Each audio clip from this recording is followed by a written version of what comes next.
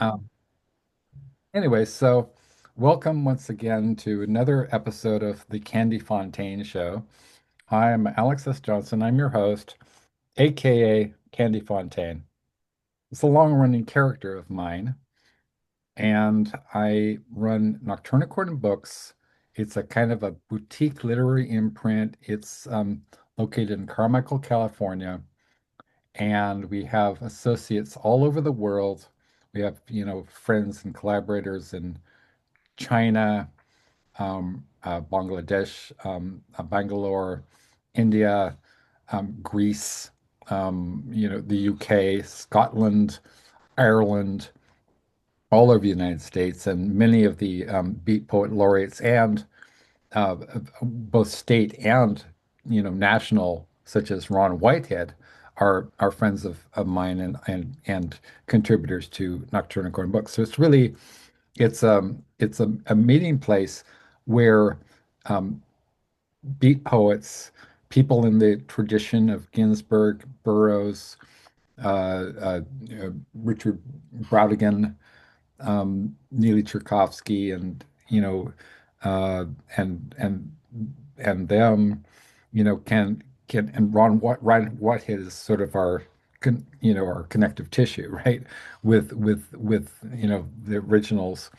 You have Mark Olmsted, Richard Modiano, Iris Berry, beautiful people. And we also publish horror. We publish some erotica stuff, noir. It's a really mixed genre. And we do theme anthologies as well. So we did one of our sort of flagship anthologies was inspired directly by a line in an Ellen Mabie poem. And guess who's our one of our special guests today? None other than Ellen Mabie. And so we're going to be talking about Collective Paw. We're going to be doing a second edition. We're also going to be doing the Ellen Mabie Tribute Anthology, which we have some really, really big names in there. And I have some ideas for that.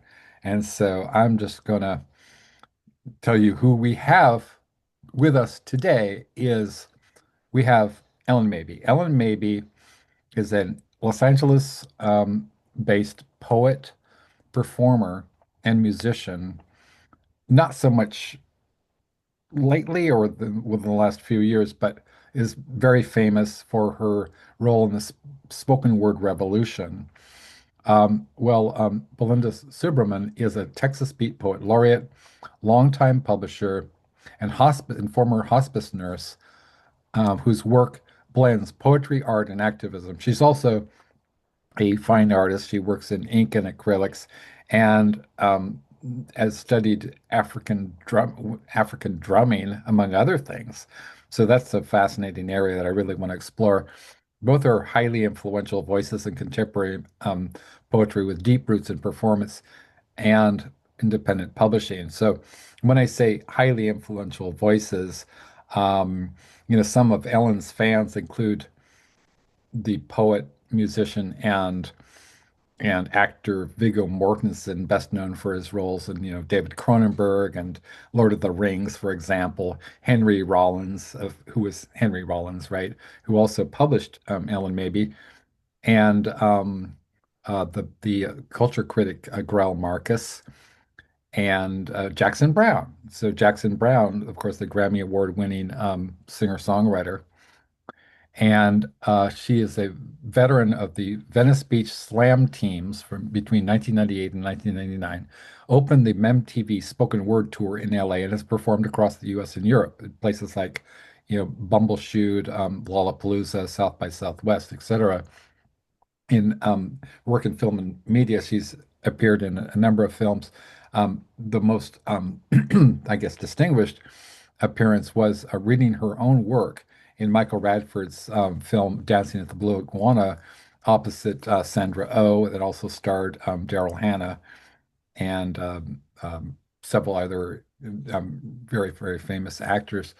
Um, Publications include Word Warriors, 35 Women Leaders in the Spoken Word Revolution, The Outlaw Book of American Poetry, and American Poetry, The Next Generation. I'm very proud to say that I've also published original work by Ellen in anthologies such as The Junk Merchants, a literary tribute to William S. Burroughs, which also featured work by William S. Burroughs, Kathy Acker, Ron Whitehead, Iris Berry, David J. Haskins, the founder member of Bauhaus and Lemon Rockets, who also wrote the song Bela Lugosi's Dead, Jarabo, known for her work with Swans, um, Pickles, my partner, Sandy DeLuca, Carrie Lee Crum, the co-founder of The Runaways with Joan Jett, Caitlin R. Kiernan, two-time World Fantasy and Bram Stoker Award-winning author, Graham Masterton, Horror Writers Association Lifetime Achievement Award winner,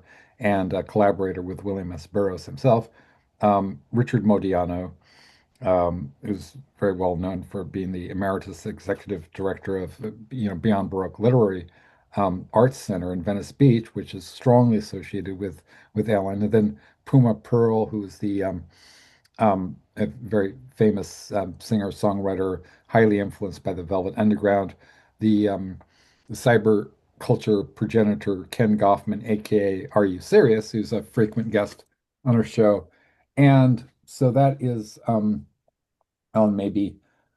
And so I'm at risk of being, murdered by my own bookshelves. We have, so let's scrolling up.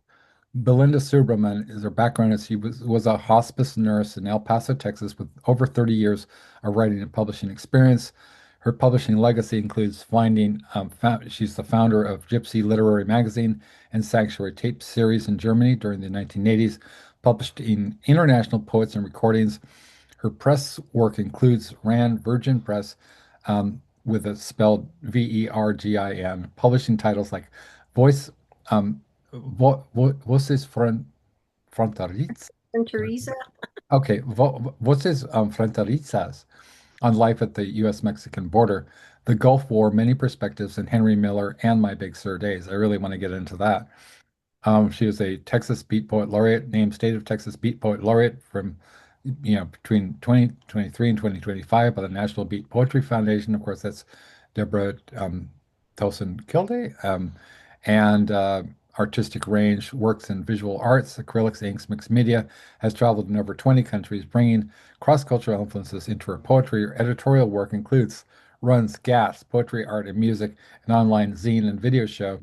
Her papers are archived at the University of New Mexico's Center for Southwest Research. So we have two very, very distinguished women and creative forces with us. So welcome, welcome, welcome. And Thank the you. and also we are all three of us. We're Southpaws. We're neurodivergent. We wear glasses and we wear some Hats. rockin' hats, man. Right? Nothing.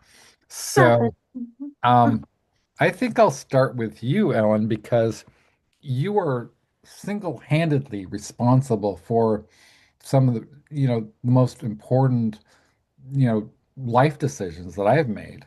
And I mean this.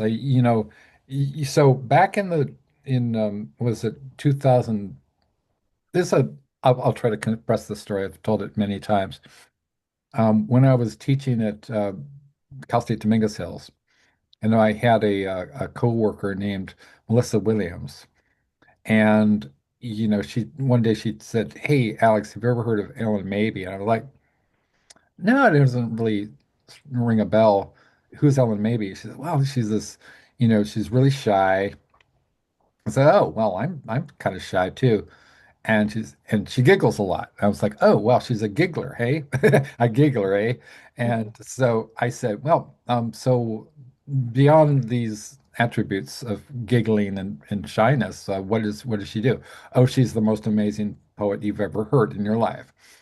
And her performances are incredible. And I said, "Really, really?" And say, "Well, how do I access?" Said Ellen Maybe. Well, I you know look her up on Facebook. So I did, and it was just within like a few minutes, I felt like I'd touched a live wire there, because this Ellen was so enthusiastic. A lot of people. Well, has a lot to do with, I think, with our being neurodivergent, hence, abnormally intelligent and brilliant and good looking. And we just have this magnetic affinity for one another, It's sort of like the current finds its own level, right? Or whatever you want to call it, right? It's sort of like zip. Oh, yeah, Ellen, maybe, man. So I said, hey, so people say you're a dope poet, right?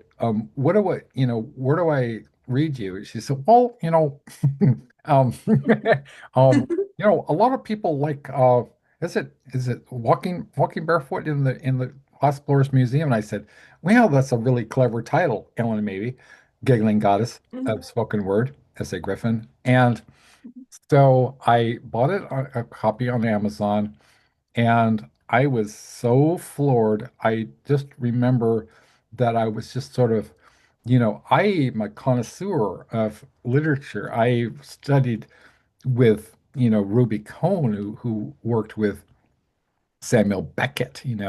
I read.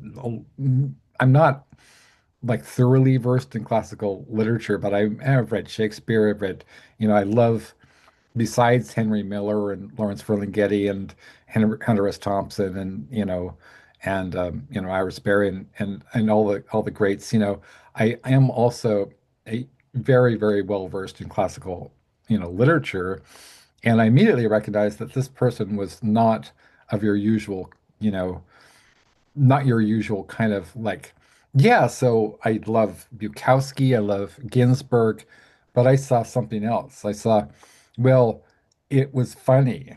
The thing that really struck me is that it was hilarious. And one of the first poems that I really remember just giggling over and getting all excited about and reading it over and over again was the one where, I had the best frozen yogurt of my life and, you know, Telegraph Avenue 1964, which I didn't realize at the time, because Ellen is very enigmatic. It seems like you know everything about her until you've known her for like more than a decade and you realize she is the enigma. She is the giggling goddess, right?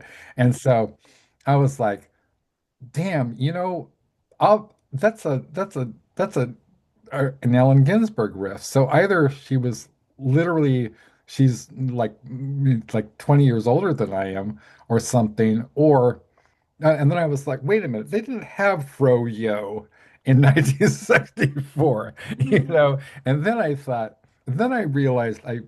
gradually realized that this was part of the part of the Ellen Mabie myth. It's one of Ellen's motifs, is Telegraph Avenue 1964, which is the year she was born. So Ellen and I are the same age. I mean, practically speaking. And so then, uh, long story short, I told her she's always asking about people. She's always asking other people, like, what do you do? It's a very, very charming, are you a writer? I was like, yeah, I write poetry. And I said, I was working on a book. She said, well, you know what? If you publish it, I'll sell it at Beyond Baroque.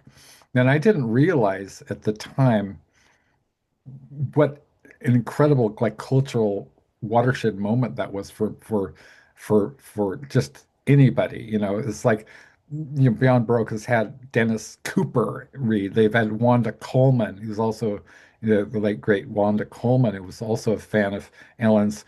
They've had just everybody. They had Suzanne Lummis, who's also a friend of mine, and and of yours, I think, Belinda, and so that was just it was sort of like being invited to read at Shakespeare and Company, really, of the West Coast, right?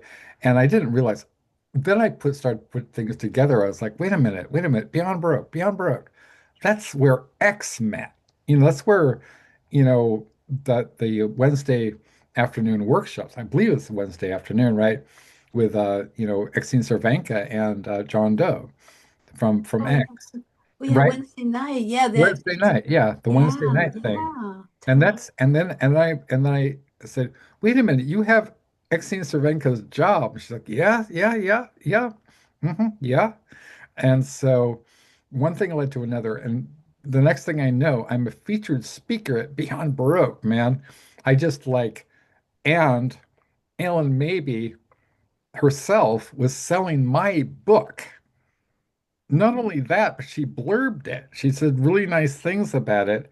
And then some other people, this is the first time I got a blurb from John Shirley. John Shirley, is best known for, having written the movie The Crow, starring Brandon Lee, creating cyberpunk, writing lyrics for bands like Blue Oyster Cult, and, being a Bram Stoker award-winning author when he wasn't like creating cyberpunk. So it was a huge distinction to to to be reading it beyond Baroque.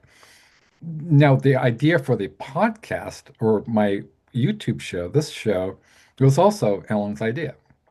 And so I really have to thank you for, kind of, you know, just being there and kind of being normal and human in a way that so many people are like gatekeepers, and you're kind of the opposite. You're sort of like a, hey, why not? You're, like let the cows go. You know what I mean? Like you'd be the one who would be like opening the barn door and saying, or, not the barn door. I don't know. You know what I mean, right? It's like, hey, cows, come on. Right? Oh, you're welcome. Oh, wow. That's Yeah. so So cool. That's so cool. yeah. Wow. Yeah. So you've kind of like you're one of my muses, and also one of the people who like one of the first people to kind of like that I realized that, it's a profound thing when you realize that somebody you admire so much is your peer rather than somebody you can also look up to. The two are not mutually exclusive. So this is really a profound friendship. And so what so I asked both of you to kind of have some, to send attach files with some of your poems. And so I would really love it if Ellyn, if you could read one of Belinda's poems. Yeah. Yeah. Let me see.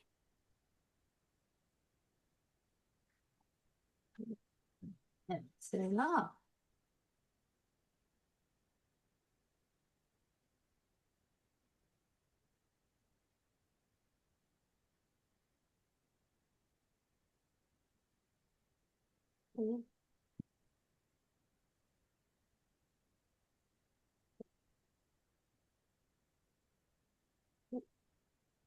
Comfort in chaos. Kitty flies into cozy arms, a respite from games on earth. Why else the enthusiasm and constant searching for a home? Is it not paradise to stretch and roll on a loving bosom, making snow angels in the sun? Helping or hurting are games of choice. Time dulls passion, so elders calmly observe the games and changing rules. Eagles cling to air, illusion clings to ethereal roots in a maze where the exit is death. Say the names of humans who affect you profoundly, who light you, vibrate your aura, who awaken something you cannot name or know that it is you. To reach out is to reach in. We are the wizard. We are the Oz. We are the writer, director, editor, and star. We are single. We are collective. We are fragments, explosions, and saving bliss separately, gloriously searching, bumping into the walls we built to keep us safe. Say the names of your loves, your hates, your fascinations. Say their names. Say your name. They are you. Thank you. That is, Wow. that could be a Dylan Maybe poem. I mean, that is, you That's know, also a song on my YouTube. that is beautiful. That's Oh, profound, Belinda. I think I think I was going to ask you to write something for the Ellen Maybe tribute, but I think, that would work perfectly. So, Well, you may use that because I am not prolific. I never have okay. been particularly, and I can't write on demand. So very, Okay, cool. Okay, yeah, and Iris Berry has basically given me carte blanche to use her work. So, thank you, Iris Berry. Yeah, thank you. Thanks. Um, so I'm going to now read. I'm going to look at The Cowardice of Amnesia, which is a very, very um, amazing uh, collection that was published by Henry Rollins and edited by Exene Cervenka. And I think I'll let's see. Well, there's so many great um poems. I just gonna randomly pick How I Became a Record Collector. This is a little bit longer, but How I Became a Record Collector by Ellen Mabey. Yeah, it started when I found my body kissing yours, and you said it's art one time together, and you told me all about two different worlds. Instantly, I began the inner pain of touching myself nights, mingled with water in the words of the Janis Ian song, Society's Child. Baby, I can't see you anymore. My own contribution to breaking through to the other side stagnated. We wanted to come together. We wanted each other. The want was wrong. The want was a mistake. Vote here. Live here. You have rights here. Fuck. Make love with each other here. We might decide to lynch you here. Oh, America, you idolize tanning machines. Well, what you do to Indians, blacks, and Mexicans. Declarations of intolerance leave their dust and other violent times. Spittle on lips that say, we the people like women's hair long and man's hair short. When I heard Society's Child on the radio, it had the kind of impact Lather by Jefferson Airplane had. So very much truth. AM/FM mantra good for solitude of the no prom post-adolescent hours in California, where it's way too easy and trendy to be hard. I mean, UC Berkeley has banned the Grateful Dead. Where is the tie-dyed heart? Cody's bookstore, rest in peace, on Telegraph Avenue, sits back from the curb so the spiritual kids of Mario Savio, John Lennon, and other philosophers can speak easy. Love that.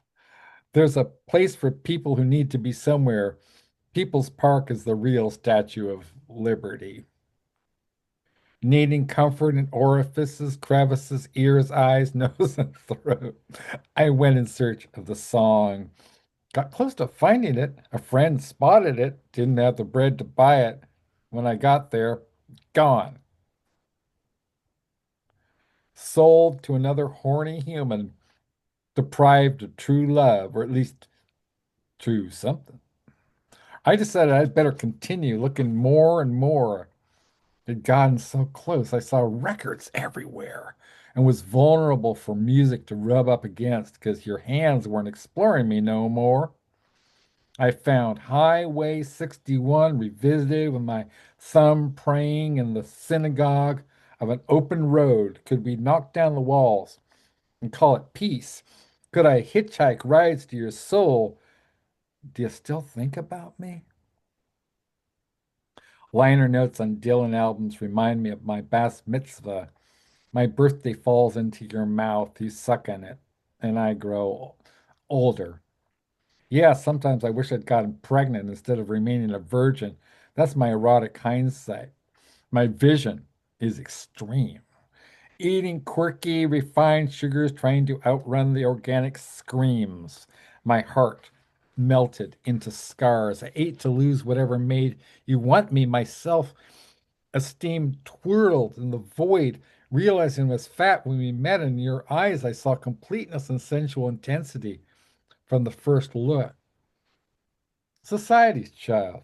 Instant, not new and not improved. We were Romeo and Juliet, Tony and Maria. West Side Story in the four directions. Culture shock warriors, shocking each other the most. Me and the record bins at Bebop at Moby Disc at record surplus with no money and a few orgasms as I leaned into an old Blind Faith album. Hard and soft, emotions so ethereal, so like origami, they can rip. Saw a Leonard Cohen album, some Randy Newman stuff I didn't even know existed.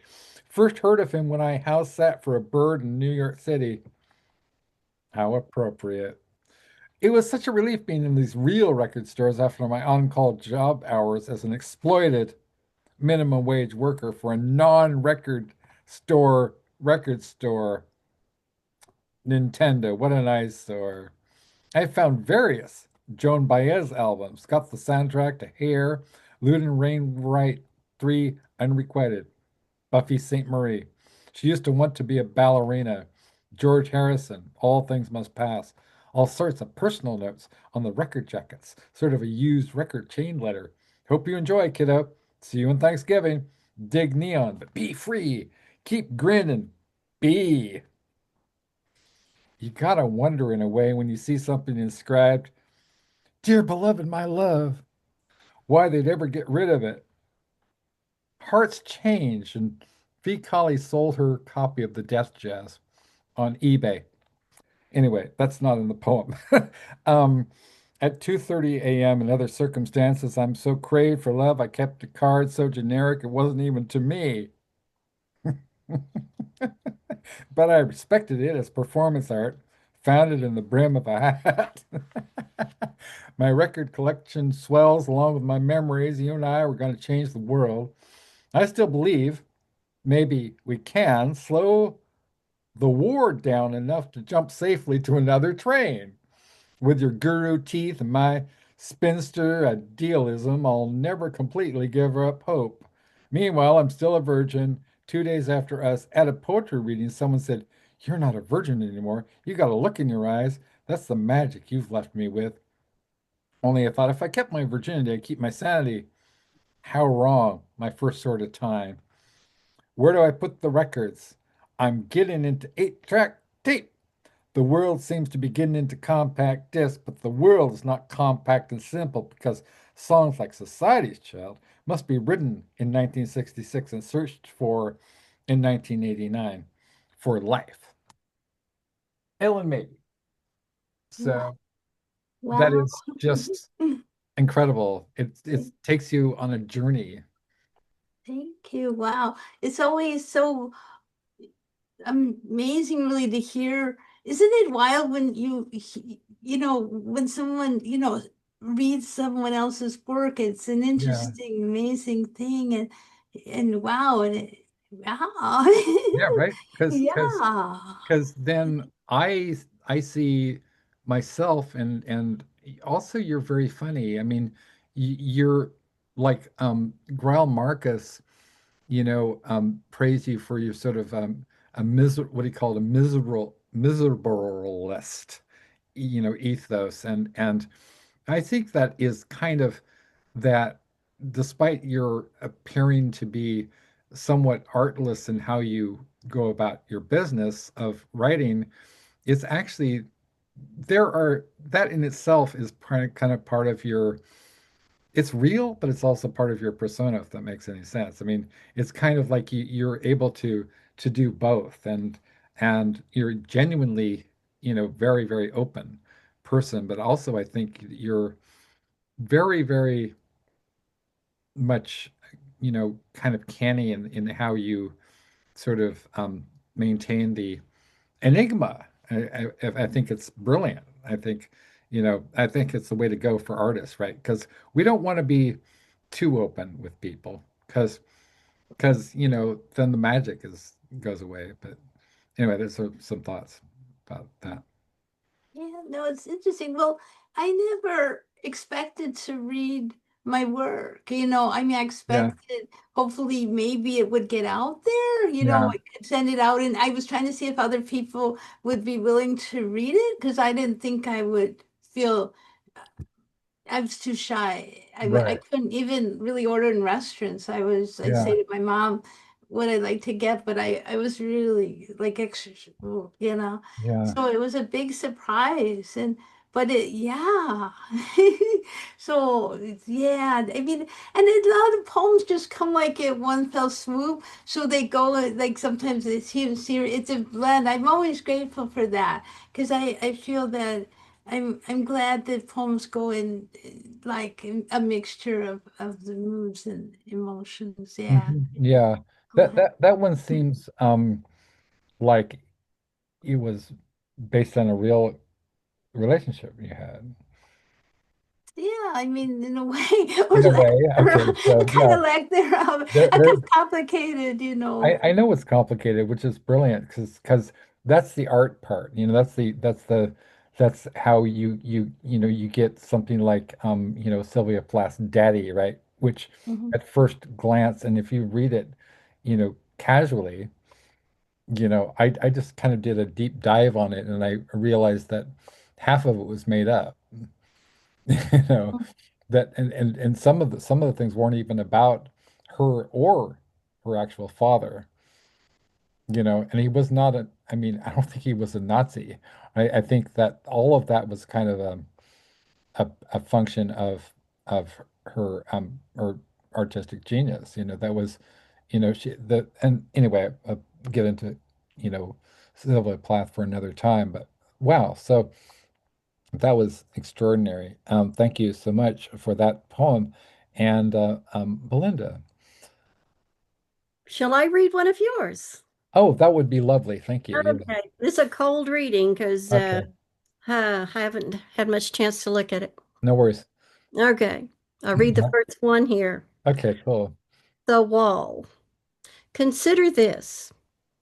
With blue squiggle of Rod Serling's cigarette smoke swirling up to a ceiling fan imported from Casablanca, or any poignantly elegant black and white film portraying humanity as it is, damned, embattled, finest.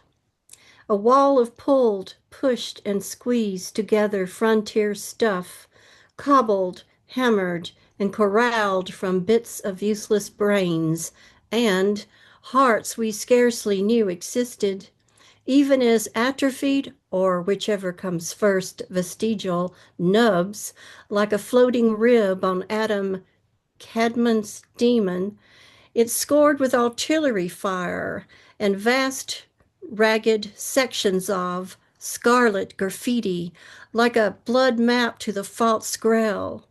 T.S. Eliot hanging upside down like a bat from the inverted skeleton of He Do the Police in different voices before Pound got his greasy paws on the thing. There's charred parts in areas that glow like Ginsberg's plutonium. Unrealized archives of poetry that do a razor bebop stab and glide along the lungs of an asthmatic globe, and perhaps very far from the sight of any forensic detectives of the future who, battling androids to make the super beings of Blade Runner run for screaming cover, seek comic relief in Guernica, Warhol's electric chairs, and Goya's sabbats. Find a serene lake in the midst of it, with a few grumbling frogs on lily pads, written in etheric script. An old wizard and his bunny companion, and the dreams of a childhood humanity may yet overcome. Shimmering in the air like a bubble blown by Rimbaugh's boy at the conclusion of La Pateau Evre, Evil. Yeah. launching his humble paper vessel into heartbroken hope. Thank you. That was great. Yeah. It's Le Bateau Ivre or the Drunken Boat. Yeah. Yeah. Wow. That was really nice. Thank you. Um, do you have any thoughts about it, or it kind of speaks for itself? I don't know, or Yeah, not. right, right. Yeah. Heartbroken hope. I like the way it ends. Thank you. Yeah, yeah, yeah. I mean, obviously, like I'm hugely influenced by, art. And, I had a profound experience with, Guernica when, I saw it in person and I was like, wow, this is almost, I could almost hear the horses, I could kind of smell the carnage in a way. So that was really profound. And, just being at the Museum of Modern Art in New York and seeing these things, like seeing Franz Klein or seeing Jackson Pollock in person, and realizing that like Jackson Pollock was kind of painting the atomic age. You know what I mean? It's like this is just like atomic theater or something, It was just wild. I was like, wow, you really have to be in the presence, right? I mean, of the artwork. And Ellyn has a wonderful, one of my favorite poems, and is Picasso. Oh, that- wow. Yeah, wow is right. Should, should I, should I, do you think, do you want to read it or should I Um, read it? Or, um, well, why don't you read another one of Belinda's? We'll keep yeah, sort of that's, that, we'll keep oh, that roll yeah. going. Yeah, right. Oh, absolutely. Yeah. Let me find, let me see. Oh, yeah, here we go. This is called Lessons of Science Fiction. Hmm. I hear cosmic wheels turning. Stardust is applied to my telescopic eyes. Our future is brown and gray, metallic, beige, muslin, and colorful machinery talking to our drabness amongst the dust. Animals walk upright with alien heads. Tails are wound up off the floor as a sign of respect to strangers. The air is infested with drones. Imagined privacy is the sanctum of our bugged homes where evidence is not obvious. We kid ourselves this is science fiction of a future feudal interstellar life where only the robots have color and intergalactic humor and our dunes hide monstrous worms, while science demonstrates miracles at the speed of light. Humans remain primal, willing to break the backs of humanity for ownership and lust for coins. Yeah. Yeah, Wow. Yeah. Yeah. Yeah. Yeah. Yeah. yeah. Yeah. Yeah. Yeah. And it's just like a personal note.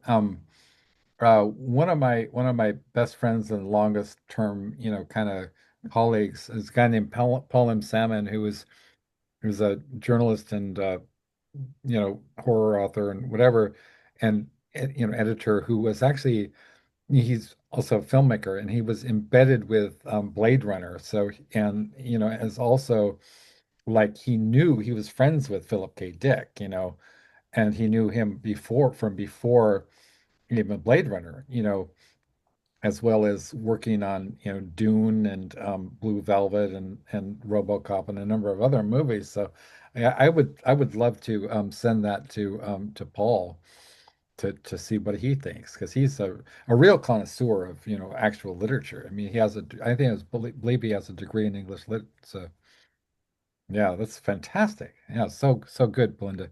Thank you. Um, so what was like obviously there's some science fiction motifs there. Had you been watching some science fiction movies or reading novels, or Uh, mm, I'm actually one of the few people in the world who's really not a fan you're not a fan? Interesting. or horror or any of that stuff. That's fine. Yeah. But like I say, pretty much everybody else is. So I have seen some, Yeah. plenty of it actually. And in fact, my husband is always listening to a science fiction book, um, and if I'm not around, he'll be watching science fiction too. Yeah, I'm familiar. Right. And he liked that. What is the giant worm and that goes through the desert? Oh, this Did yeah. yeah. I know So what you're talking about. Yeah. definitely references to Dune and just other things that Yeah. you know. Um, but science fiction is real, is what I'm trying to say. It's Right. not fiction. Yeah. We first think of it, and then it becomes true. Yeah. We are now living the science fiction of a few years ago. It's true. And it's not been all that long, and I'm a little older than you two, but Yeah. the early Star Trek, the very first, they were wearing like, well, they had this little cell phone thing. And that Right.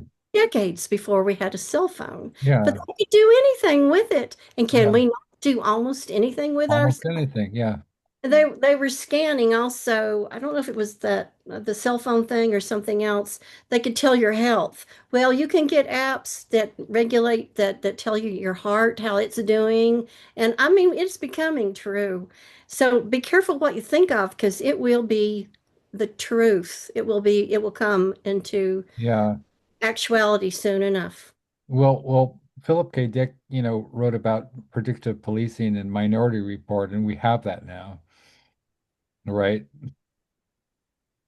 Well, and 1984 and all those 1984 things, and all those things. Yeah. Yeah. Um, so okay, let's see. Who's next? What's the next? I guess I am, or You generally read Ellen. I generally read Ellen. Yeah. I love reading Ellen. It's because it's like a number of my anthologies are kind of like they're like cover albums, really, and so I had people like Carrie Lee Crum writing in a kind of a which is insane how that happened, that the songwriter for the main songwriter for the Runaways, was also a fan of Bauhaus, and then she writes a a poem, or it could be a song, which is in the key of in the vein of Bauhaus, and several other prominent writers, or actually rock stars, of like goth or industrial music, who were who also worked with Bauhaus, wrote some original material that could be a Bauhaus song. So it was crazy how that came about. Anyway, the I'm looking through um this book. And I saw that the Ellen Mabey coloring book is no longer in print. So I have one of the last. Oh, I still, I mean, there's still not, Okay. maybe, I think a person could, maybe, I think they could get in touch, but I mean, Yeah. yeah. I, Tran- I'm not trying to make it like a hugely prized collectible that I could sell on oh, eBay, but you know what I mean? Like, oh no, it- no, I'm grateful. It's yeah, a, it's neat because I mean the art in there is so neat and the different things. Yeah, and crayons, yeah.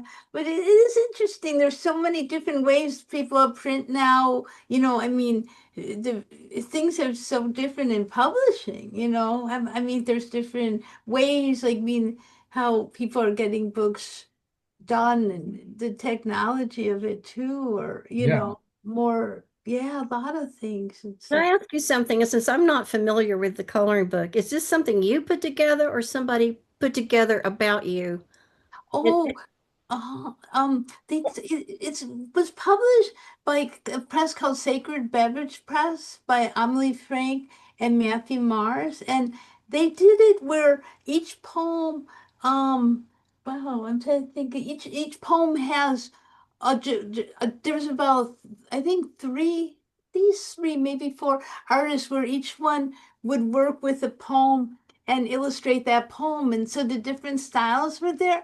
And yeah, I'm trying to think. I think it came out in like maybe 97 or something, but they each have a different kind of font and a different, bit of a look. And it's neat. I mean, because I love art too, and the being part of something that's like that was really, really, yeah, Yeah, yeah. that's cool.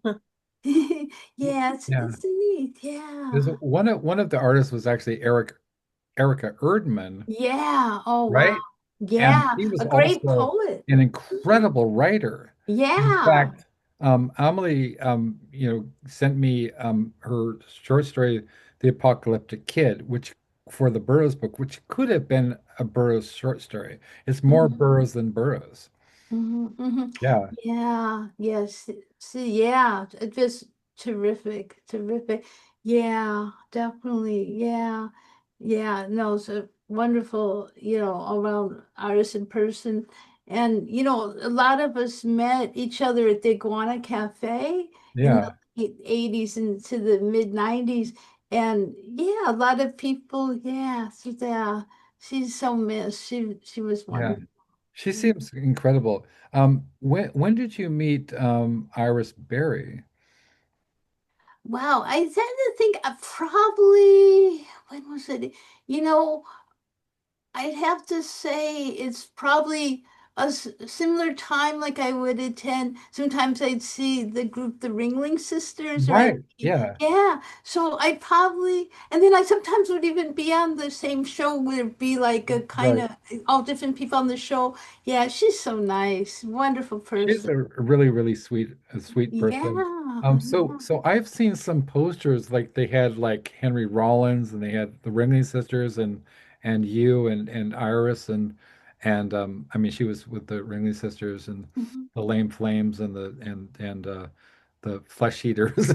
And in fact, I think the Flesh Eaters is a band that was referenced by in an X song, if I'm not mistaken. Um, and then also Pleasant Gaiman. Yeah. You appeared with Pleasant, yeah. Mhm. So she's going to be um, writing something for the tribute anthology that I'm doing Oh, for you. that's wonderful. It's Thank really she's really cool. I mean, I you. only had a couple of emails back and forth with her, but she seems great. Mhm, mhm. So I would like to read one of my favorites. This is a kind of like this is, Ball and Chain Record Store is sort of like what for Ellen maybe what punk rock royalty is for Iris. And it's kind of like your it's a when if you had like a top 10 Ellen maybe hits, Ball and Chain Record Store is the one that's included in the Outlaw Bible of American poetry, which is done by was it is it Jack Kaufman? Oh, Is it Ellen Kaufman. Alan Kaufman and Essay. Yeah. S.A. Griffin? Yeah, Hmm. Hmm. which is fantastic. And I'm so amazed that when I look back that I'm friends with at least seven of the people, living and dead, right? That like Dominic Lowell, for example, who was, you know, very influential on me and said nice things about the death jazz. So rest in peace. Um, yeah. Um, so Dominique Lowell, Ball and Chain Record Store. Someone came into the Ball and Chain Record Store I work at and said, no bags, a waste of plastic." I just checked the time. I said, "Yes, you must be a granola eating, left wing, dig gothic postmodernist, watch a lot of Billy Jack movies, Arlo Guthrie type." He said, "Yes." I smiled. "I dream of Tom Waits finger painting light bulbs on my holiday wreath. And I'm Jewish. Pretty weird, huh? I celebrate Tiny Tim's birthday with a parade of dancing deadheads, some who never sleep and some who never go to the bathroom." His t-shirt said, "Have you hugged a rainforest lately?" I said, "I love the planet, but it's unrequited love." He told me, "Babe, you're bringing me down." When I was born, my first word was, "Oh." In kindergarten, I organized the pacifists to demand we didn't have to read from Dick, Jane, and Spot books. Too generic. I demanded we get American Indians to talk about what's real. And I gave them my nap mat because it's their land. And I gave them my peanut butter and jelly sandwich because the buffalo have been murdered and they need protein. He blushed with passion and said, "Tell me you." Well, the first 15 years of my life, no, I'm sorry. The first 15 years of my life, I thought Barry Manilow was a sex symbol. Needless to say, it got sort of a late start at being at one with the cosmic heartbeat. He gave me one of those looks like I better get this girl some Jack Kerouac books to read fast before she suffers the confusion of not knowing there's other existences besides the banal. I put my hands on my hips and squealed. I read On the Road to the letters of Allen Ginsberg to Neil Cassidy, and vice versa. He said, on Monday, Wednesday, and Saturday, I'm a part-time Marxist. He took out a beanie, put it on his head, and began to chant. This definitely turned me on. All of a sudden, he began to sing the minimum wage worker song. The walls are full of faces, the mini malls are full of neon. The bitter bite the hands that feed them. The food is a mixture of bone, blood, and snails. Man is a cannibal. I said, wow, you are the sort of guy who says right on and really means it. You probably only drink the milk of socially conscious cows who voted Crosby, Stills, Nash, and Young for president. He screamed, "Oh, chick!" My life changed in 1962 when I realized the Constitution was written without women, blacks, Indians, and poor white men in mind. That was not okay. I became the Jackson Pollock of feminism. I threw paint of outrage everywhere. I was a man who identified with Billie Holiday and Ernest Hemingway. I was a traveler. So what brings you into this San Fernando Valley air-conditioned, intellectually malnourished record store with the Exactleys?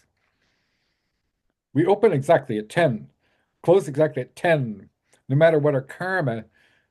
Damn, it's so crass you can't even rent the last waltz here. He said, I'm in a competitive monster makers bowling league. We have weavers, chess players, avant-garde stamp collectors, and Hell's Angels. Inventors all. We bowl whenever the fuck the spirit moves us. With any luck, we'll be playing the New Age Lawyers Used Car Salesman League again real soon. Hippies and New Age people are like the difference between Bob Dylan and Bob Hope. He smiled and said, do you want to bowl? We are definitely into strikes for the betterment of the worker. We need someone who looks like she could walk into the woods and find incense without getting poison ivy. You look like Van Morrison when you pout your lips. You could be part of the Father, Son, and the Holy Ghost Meshuggah Athletic League. Besides, I love you. I started to weep, tears of Bas Mitzvah cake and tears of being the last kid picked for field hockey in gym class. Authentic tears. Nobody ever said all that to me before. I guess I kind of do have Van Morrison's mouth. Why hadn't anybody ever noticed? I said, I love you. But every moment I moonlight at Hare Krishna Organic Coiffures and Tea Salon. We use no chemicals, no dyes, no sprays, no combs, no brushes. Hell, you look pretty much the same going out as going in.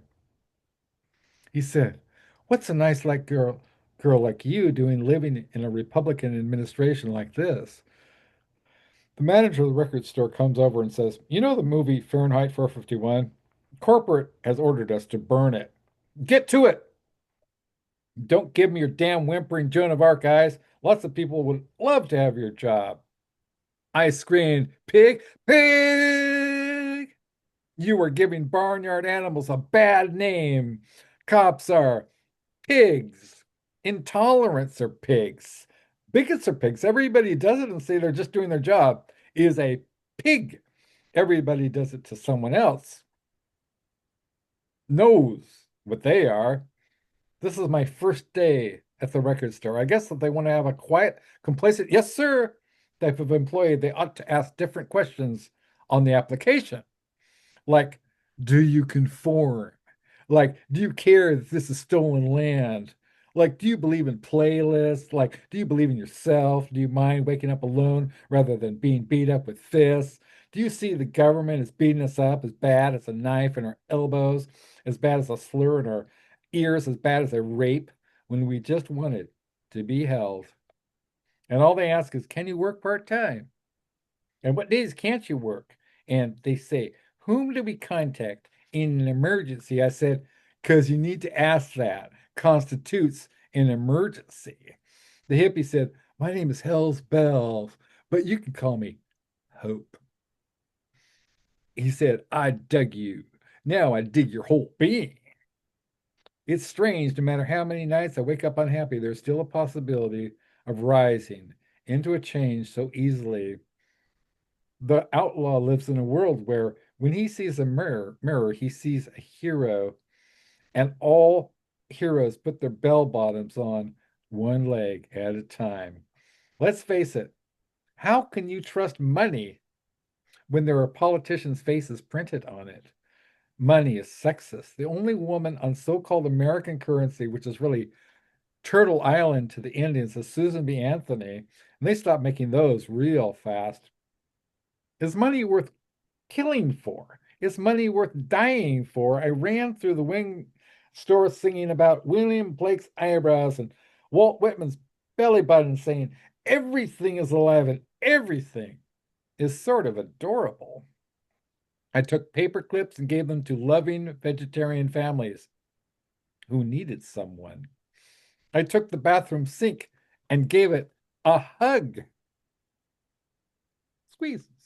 I freed all the rubber bands. And I said to all the plastic bags, I will never burden you with films weighing you down, Perry Como cassettes, or even a piece of Jerry Garcia's beard. Well, maybe. But I will never staple a bag, for you brought love. Most people tell me it was all the Pop Tarts I ate. Some people tell me it was because I was a liar, and I said I'm too honest to be anybody's best friend.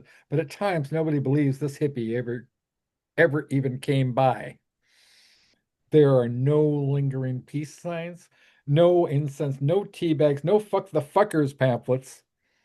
Yet I still can't even believe Abby Hoffman is dead. So my strengths and pains are in my sense of wonder. All I know is I don't believe in wearing sandals and Argos socks together. And when I needed it most, hope was here. Change must not be too far behind. Wow. Oh my goodness. Yeah. That's so epic. Hey, you know what? It's today is Martin Scorsese's birthday, and it Holy mentioned the shit. last fall. So that's like, serendipity. It is serendipity. That's so cool. I was thinking, I wonder, Alex, a question for you. Do you know, sometimes over the years, people have written to me and said they read that poem in forensic. They said it was a well-known poem in the forensic Wow. circuit because people had won, I guess, awards in it. But, you seem like you'd be so, had you do forensic type things when you were growing up? Because you have such a great, you like can act, you Oh can, my God. Thank you so wow, much. you Yeah, said, well, you know, thank you. Thank you so much. Yeah, yeah. yeah, because I love performance. I love, I'm very, when I think of, well, Jan Steckel, our mutual, great friend Jan Steckel said a very beautiful thing about my work. She said that, that I'm a master of the, the pathetic fallacy, that everything that the environment seems to be resonate with the characters, the moods, the emotions, and that also it's very cinematic.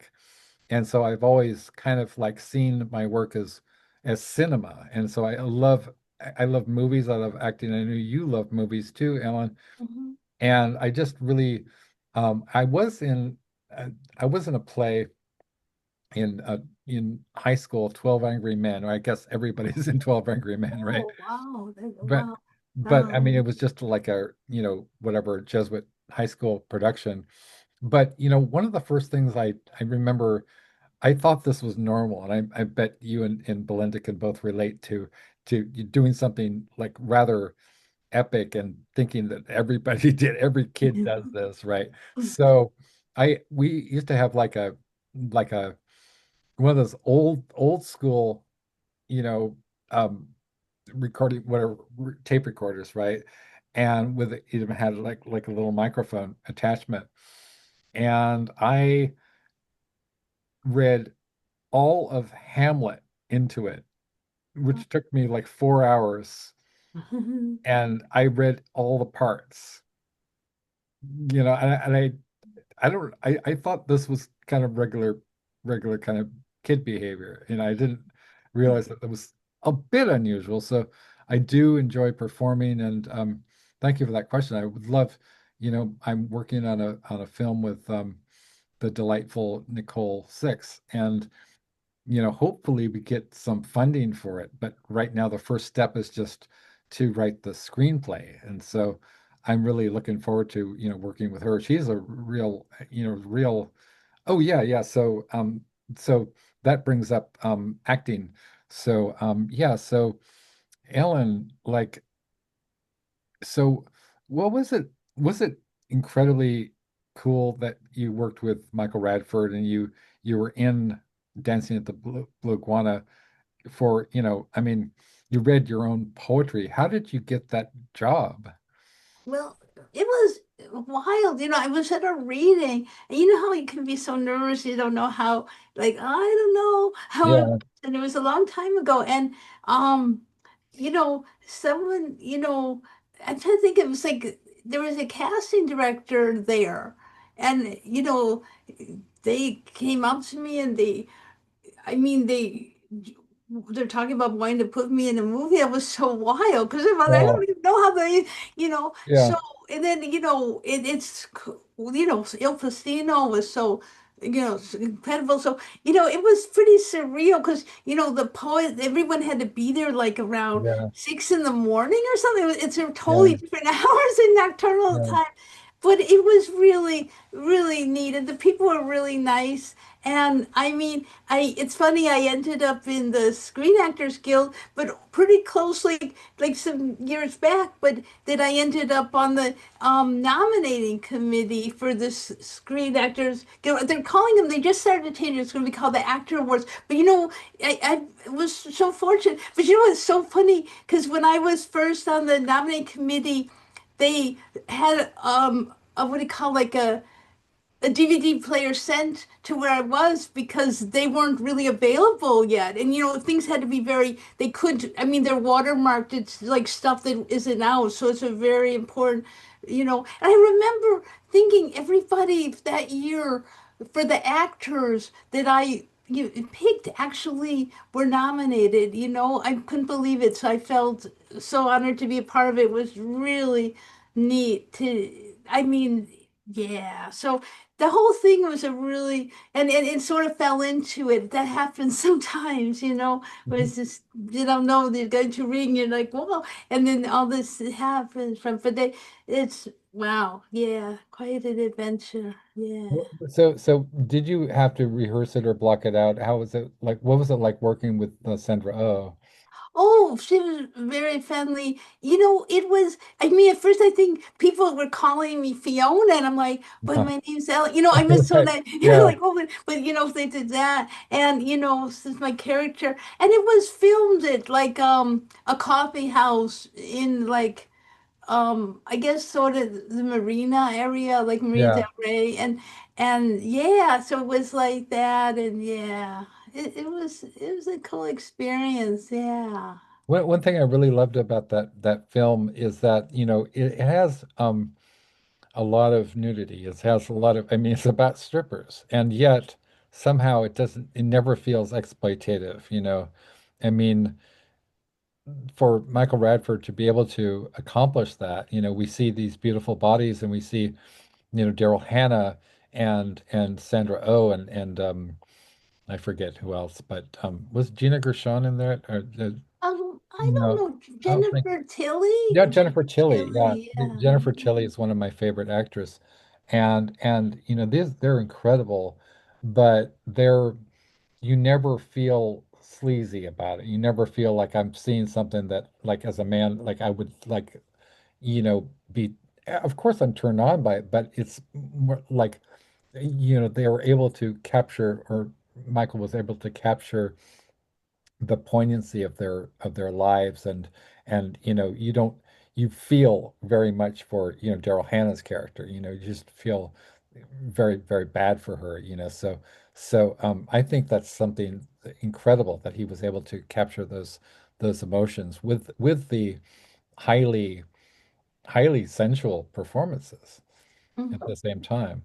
mhm, What was you actually have a poem called "I Want to Be a Stripper," I think, right? mhm, mhm. Was that based on that experience, or was it Um, something else?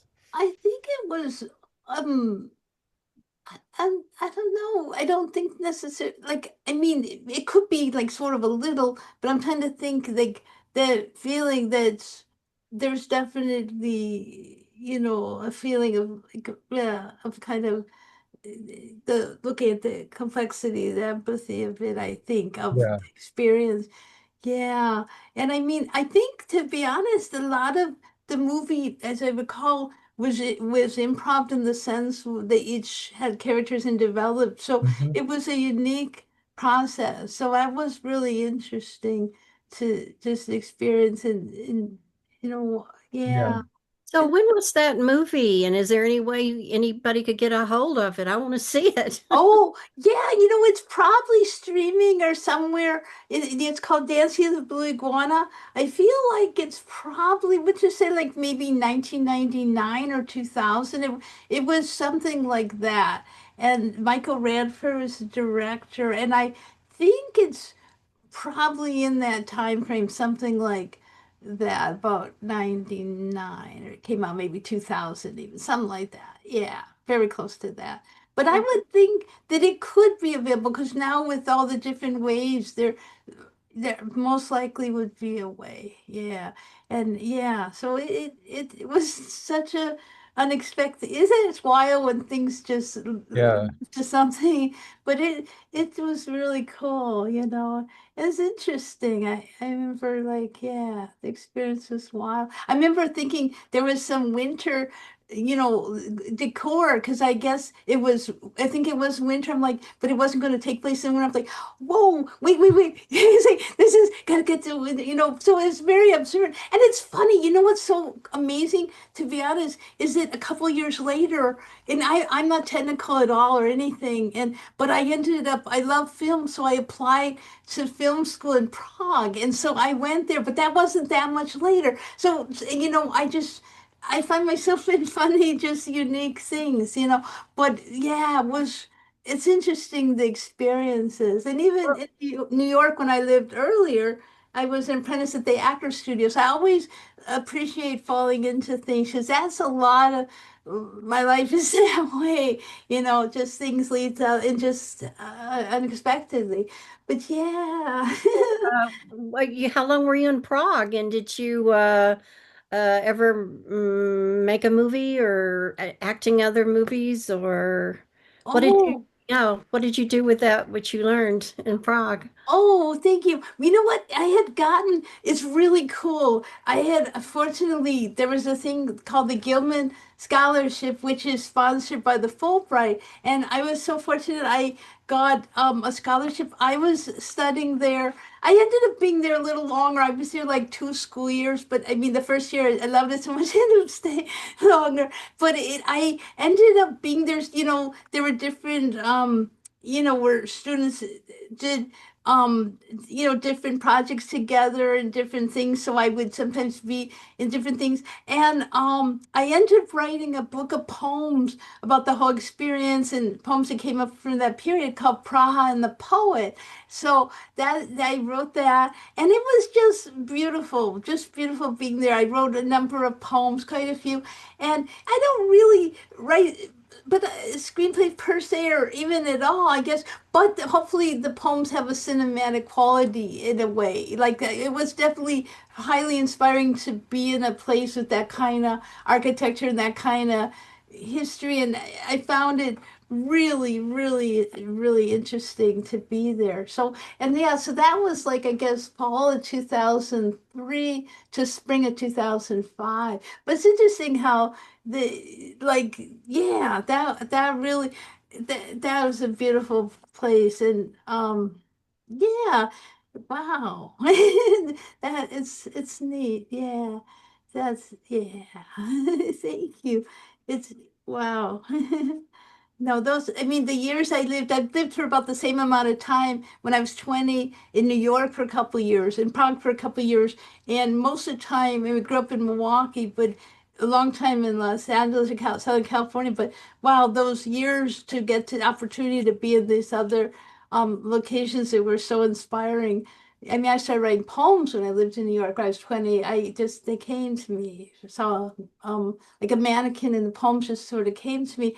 So yeah, so much has been like just wild when I think about not anything I really expected, you know. I think that's good. I think it's good for people and artists and everyone if they open to like what might end up happening because you can't really, you know, things like it veers. I mean, things can really veer into all different directions and stuff. But yeah, because I think the poetry community and stuff is very, there can be just a lot of, it's a unique group. And I think a lot of people, I would say artists in general share like a lot. I think I would say been through a lot and artists in all their different forms, they share a lot of, I'd say there's been a lot of pain and a lot of trauma and a lot of left hand and a lot of this and that. You know what I mean? A lot of, I would say artists have that bond that maybe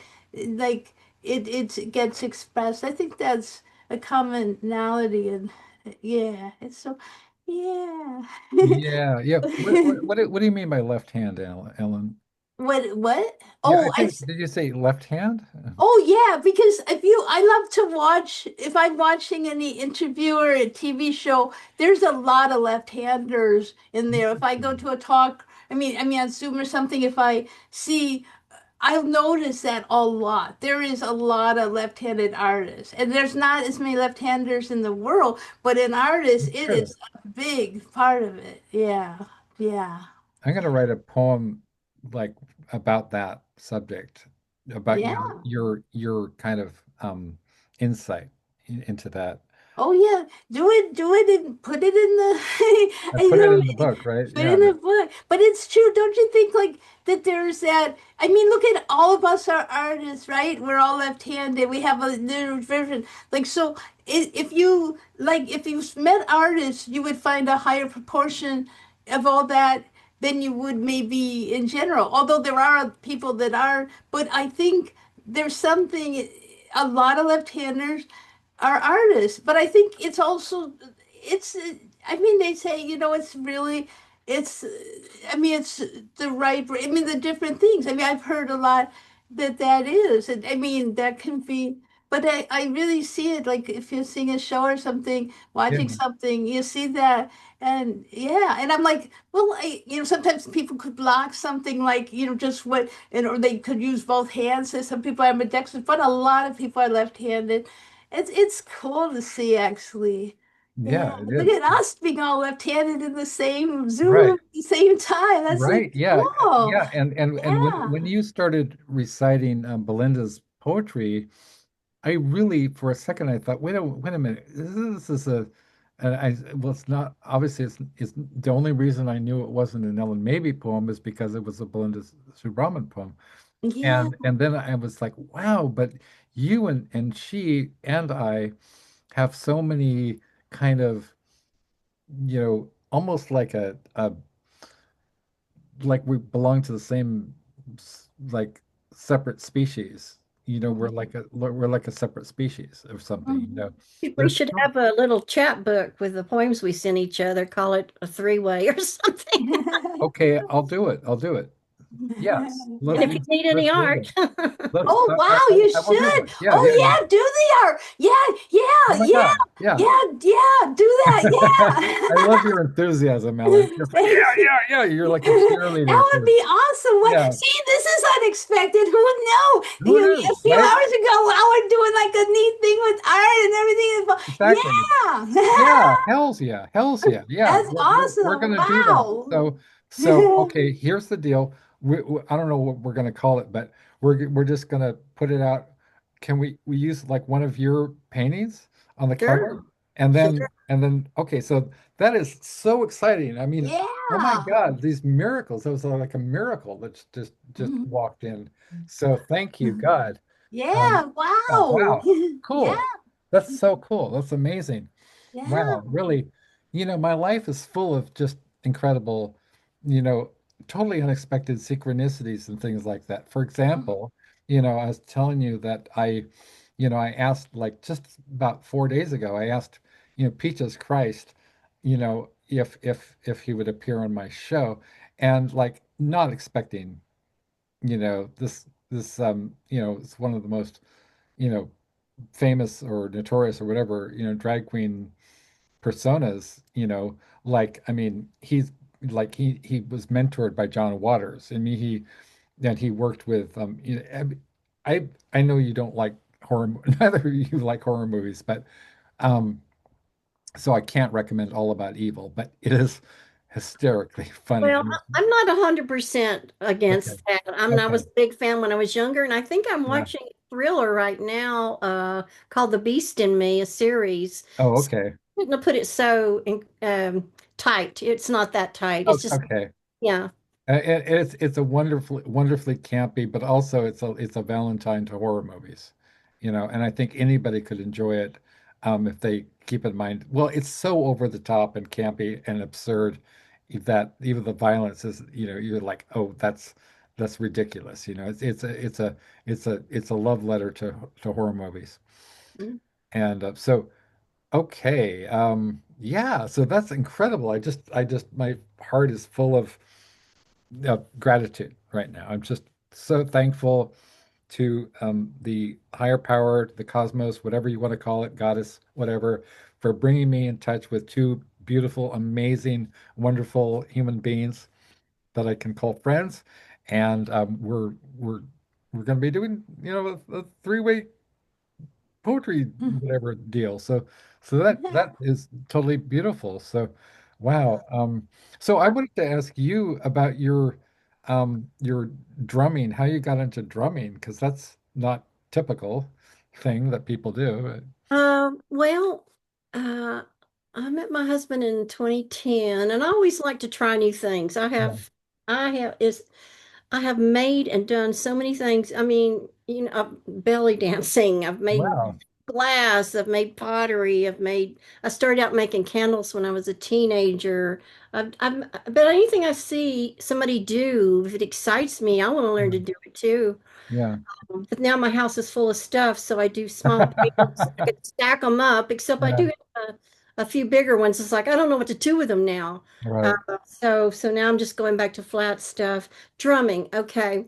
So I'd always been kind of interested because I love to hear people drum in person. I love art in person, and I thought, wow, I wish I could do that. And then I just happened to see.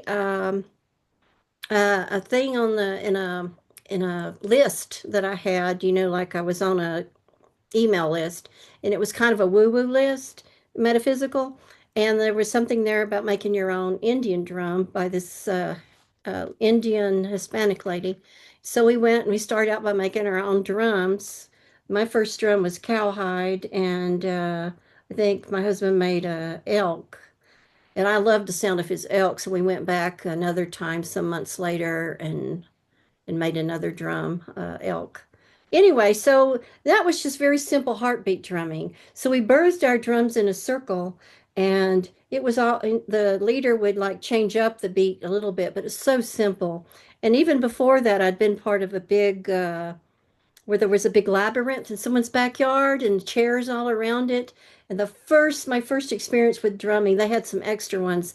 And so I started drumming with them. And there was a shaman there, the whole deal. Then when we all synced together, I was so moved.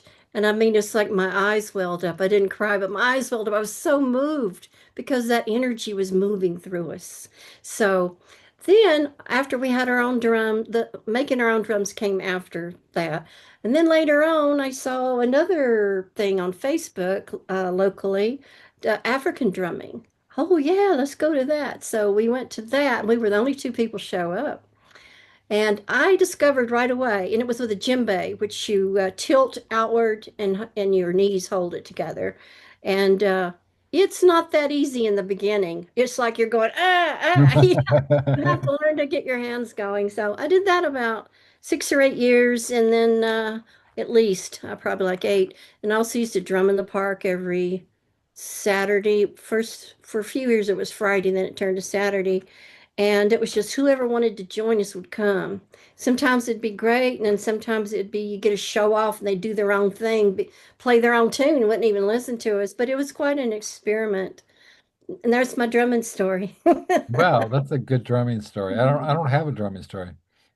I'd only do the Ravas metal drums now, Wow. and it's like the feature still at my Facebook. The first thing when you go there is me playing the drum and reciting over it. That's really cool. Well, actually, I do have a kind of a interesting, a kind of a drumming related story. And this was when, so my idea for it originally started out as a just a phrase. My friend Rob DeFrance, who I was in graduate school at Dominguez Hills, he wound up running the writing center at UC Irvine and teaching composition. He still teaches composition, and his father is a pretty well-known poet, Stephen DeFrance or Steve DeFrance, and so he was always kind of writing Gonzo type novels that were based on our adventures, and he wrote he had a phrase in one of his novels, a dab of the Schwibbly, and now a dab of the Schwibbly. I'm pretty sure that was a mushrooms reference, and so I'm like, oh, okay. Um, then yes, we were high. We were frequently.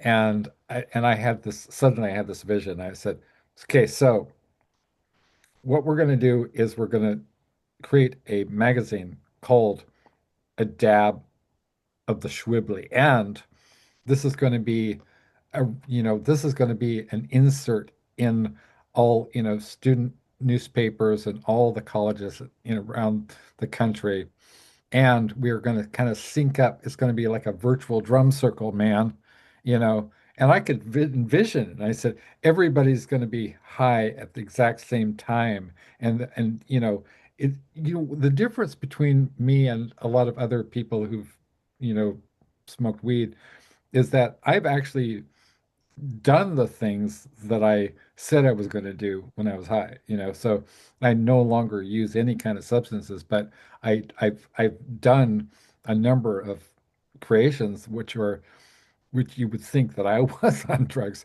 And in fact, one of my favorite blurbs for any one of my books was somebody wrote about Dr. Flesh, you know, makes you feel like you're tripping balls. I'm like, that's a really nice thing to say, and so at least it takes you out of yourself. And so anyway, that's my drumming story. So the virtual drum circle, I was like, man, it was like I was a character in an Ellen Maybe poem. You know, it would be great, man, is if we like had a virtual drum circle, everywhere across the world, anybody who's getting high right now, they'd be part of our virtual drum circle. And the dab of the Schwibbly would be like a homage to the virtual drum circle. And I was really had a kind of I was like a Dennis Hopper character. I was really into it. So that's my drum circle story. Do you have any drum story, Ellen? Oh, oh, well, I played the Shakers at Poetry Rodeo. There was some drums. I for quite a while for it being broke in different places. I guess it's more like a Shaker story. They like I had like different like the lemon and the orange and stuff because we would play and the poets would come to Biambrook or different places. We actually did one a little bit. We did one actually at Shakespeare and Company. There was like somebody who's based in Paris joined us, who's a musician, Sarah Attell, and someone from my band, Tommy Jordan. We played. It's crazy. Our band got into Glastonbury Festival in the UK, and so we somehow managed to get there, and but so I would try to do the shakers when we so I'm sorry, is that going to be like kind of drum adjacent? It's a Drum It's all adjacent. percussion. It's all Yeah, ah yeah. drum adjacent. I like that. Yeah, so yeah, I was actually gonna ask you about, Ellen, about the poetry rodeo because I had to kind of move back here, because I was trying to I kept trying to get a job in Southern California and as a teacher, and it just there were no jobs because there was no money for hiring. There's a hiring freeze. But certainly, I don't know. Now I think I kind of think in. Has anybody ever like talked about maybe you're getting an honorary degree in something, Ellen? Because I Oh, think that you more than merit. Your body of work is so substantial and so influential and culturally significant. oh, thank you. Yeah, I mean, that's a dream, Right? I mean, I would like, yeah, I would try to see, but there, it can be so strict to get the regular thing Yeah, because, all the, with the math and stuff right. and then you need to, yeah, it's been quite thwarted, but that would be so amazing. I mean, yeah. Oh, who knows? I Who mean, that knows, would right? be, who knows? But wow.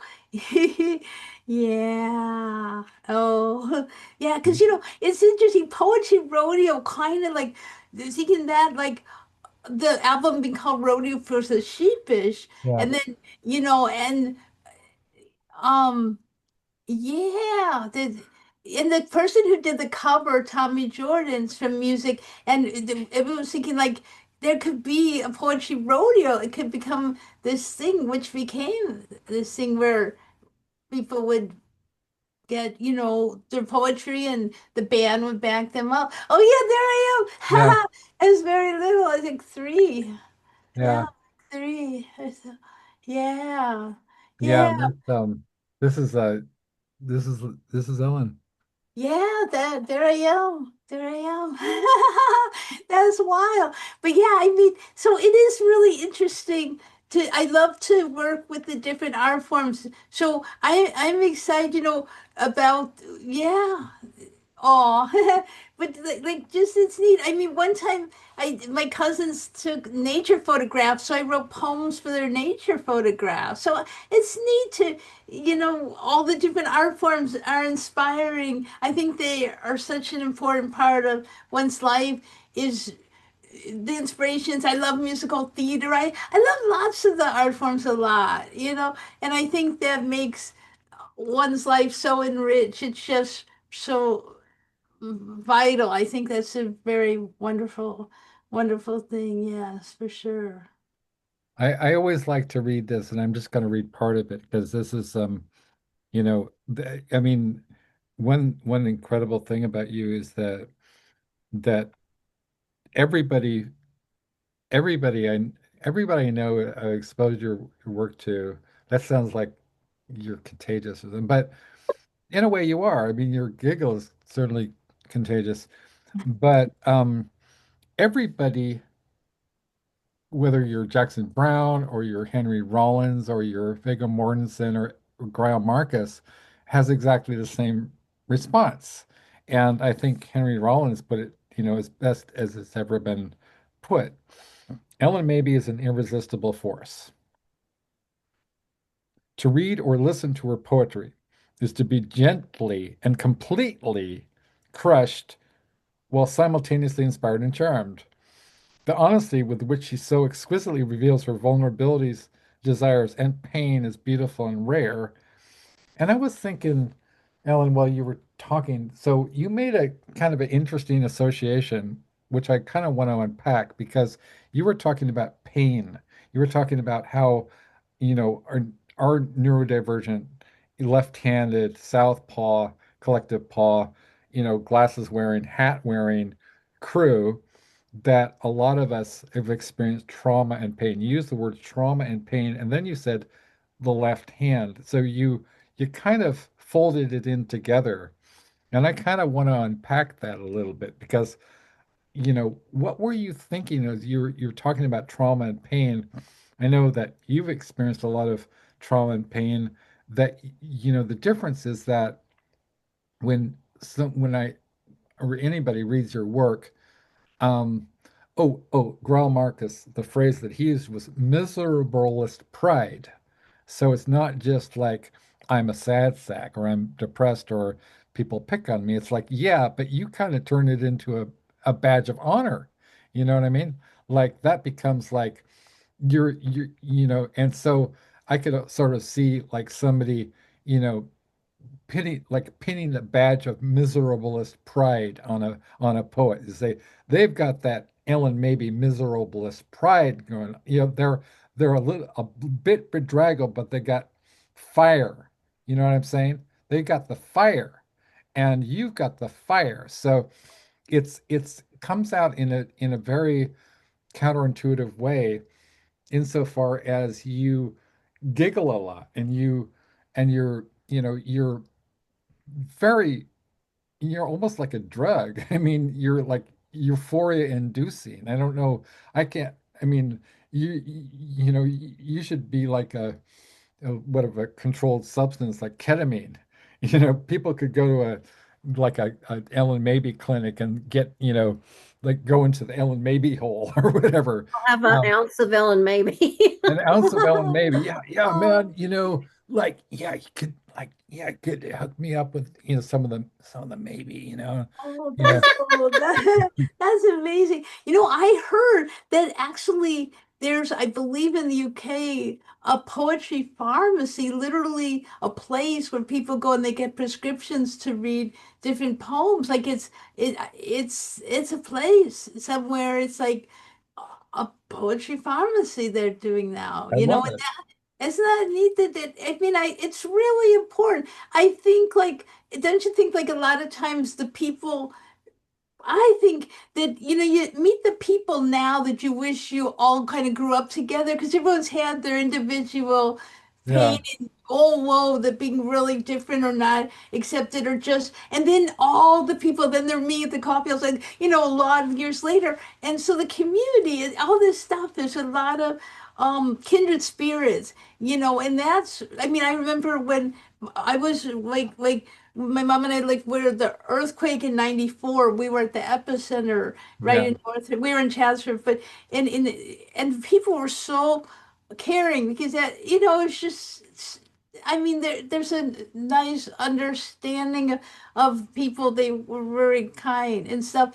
And I mean, I just think that there's so many people that came from all over, and you kind of automatically have a sense there's an understanding. I think it can be much deeper. Like a lot of, I guess, more regular people, it's not the regular and they can be so cool, but it can be very hard to relate to. Like I can know people a lot of times that are regular yeah. more, I mean, and they're kind of baffled by me. I'm kind of baffled by them. Right, yeah, right. It's not. But with artists, you can just like how remember how we write right away. Like you could just Exactly. and look at like Belinda here. I mean, it's so cool. It's so cool because there's this common thread in I think Yeah. that's common to artists, whatever art they do.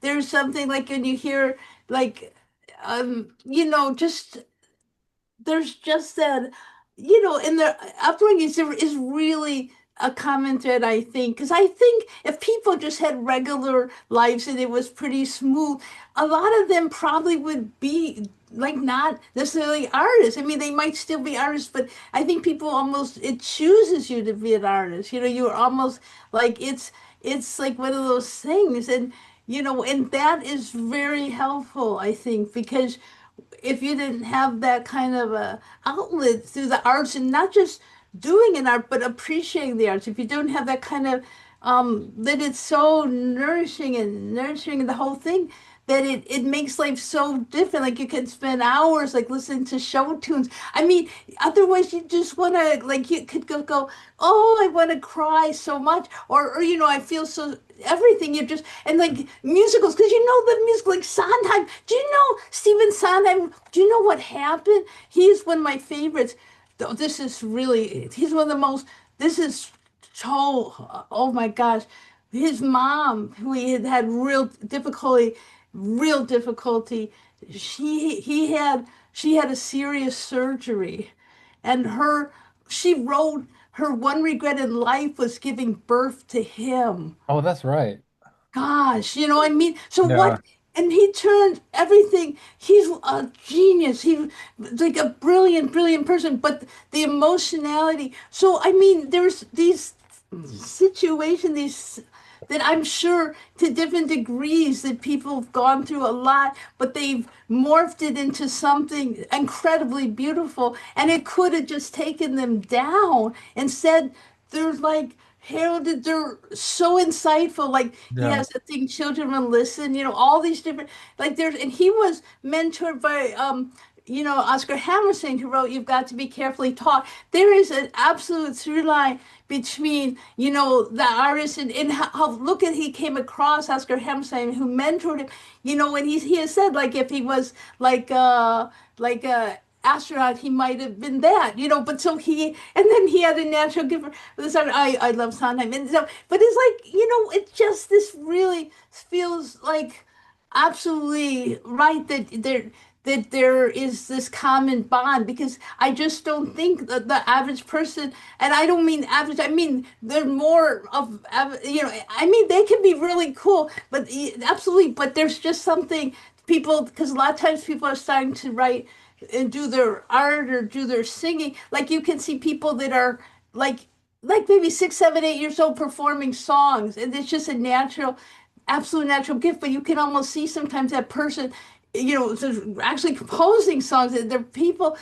There's just it. I don't think it comes out of a vacuum, but it's turned into something incredibly powerful that helps people absolutely survive, because the amount of intensity would not have an outlet, and it would really it's hard enough, I mean, to manage with everything going on, but I think it can help a lot, and it just how people can see everything that through that it's just exciting. Arts are exciting. Arts are just super amazing, and it's moving. So I think it's a wonderful thing, and it's very, very wonderful if one finds community. But even like that one can just feel like I love Leonard Cohen's stuff. Oh my gosh. So his stuff is just, but Yeah. like Dylan too. I mean, lots of, it's just, I don't know. I just think, but I do think that there's something that there is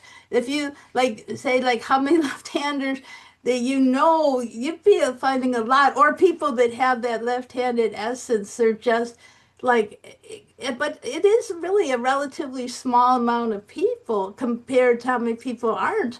But I'd say I see it on when I'm watching a TV show, you'll see that people or something or a movie, you go, ah, there's a left, there's their artists, they're writers, everything. It's Yeah. definitely correlated, I think.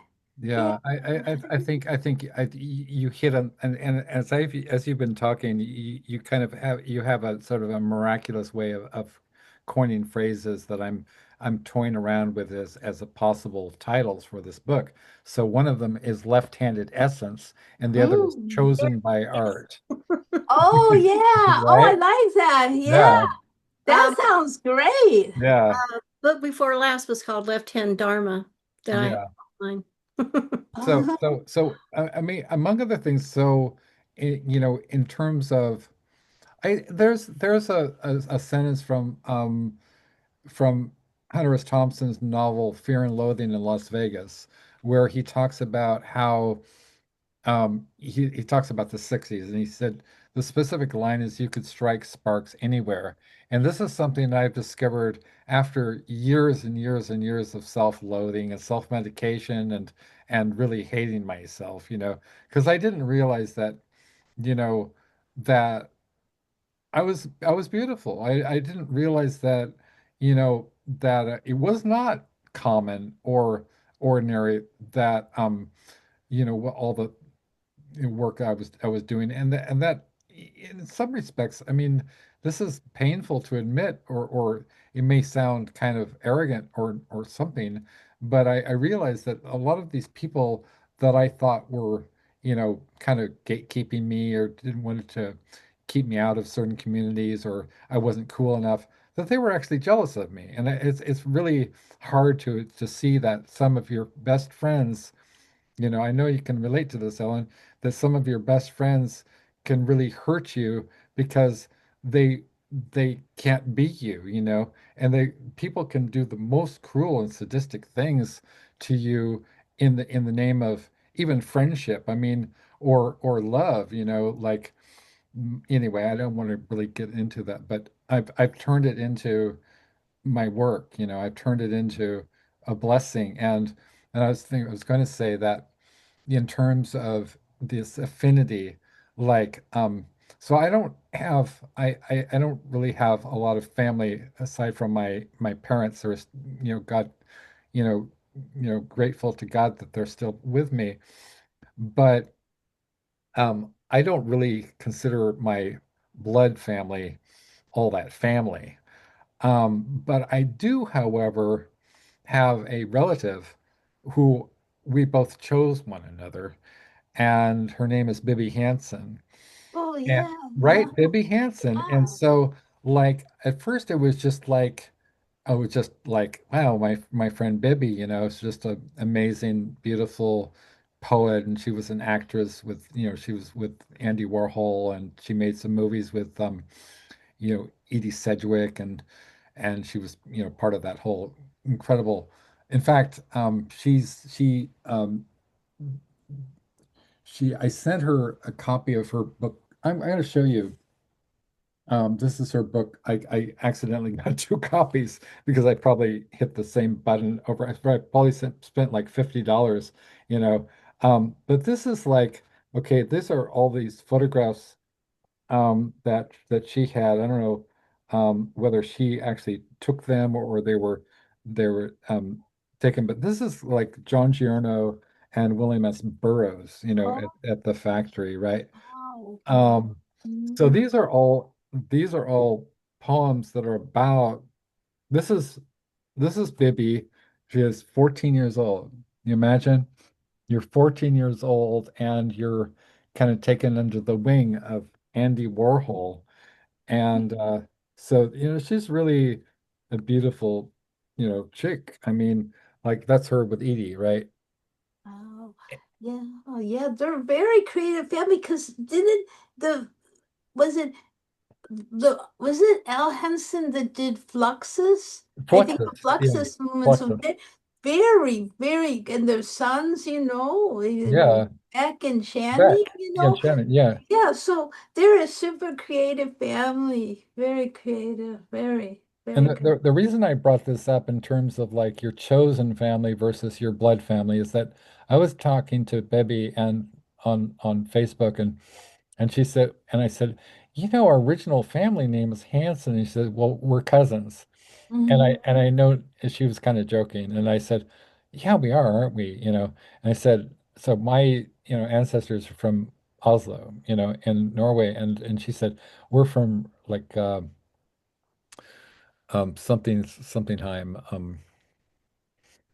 uh, somethingheim, and Oh, then Arnheim?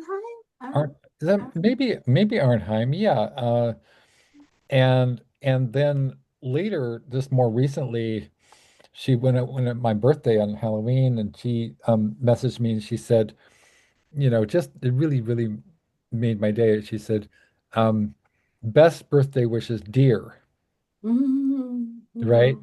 And it's sort of like your dreams, you know what I mean? Like you have dreams where you're friends with famous people, and it's sort of like going into the in the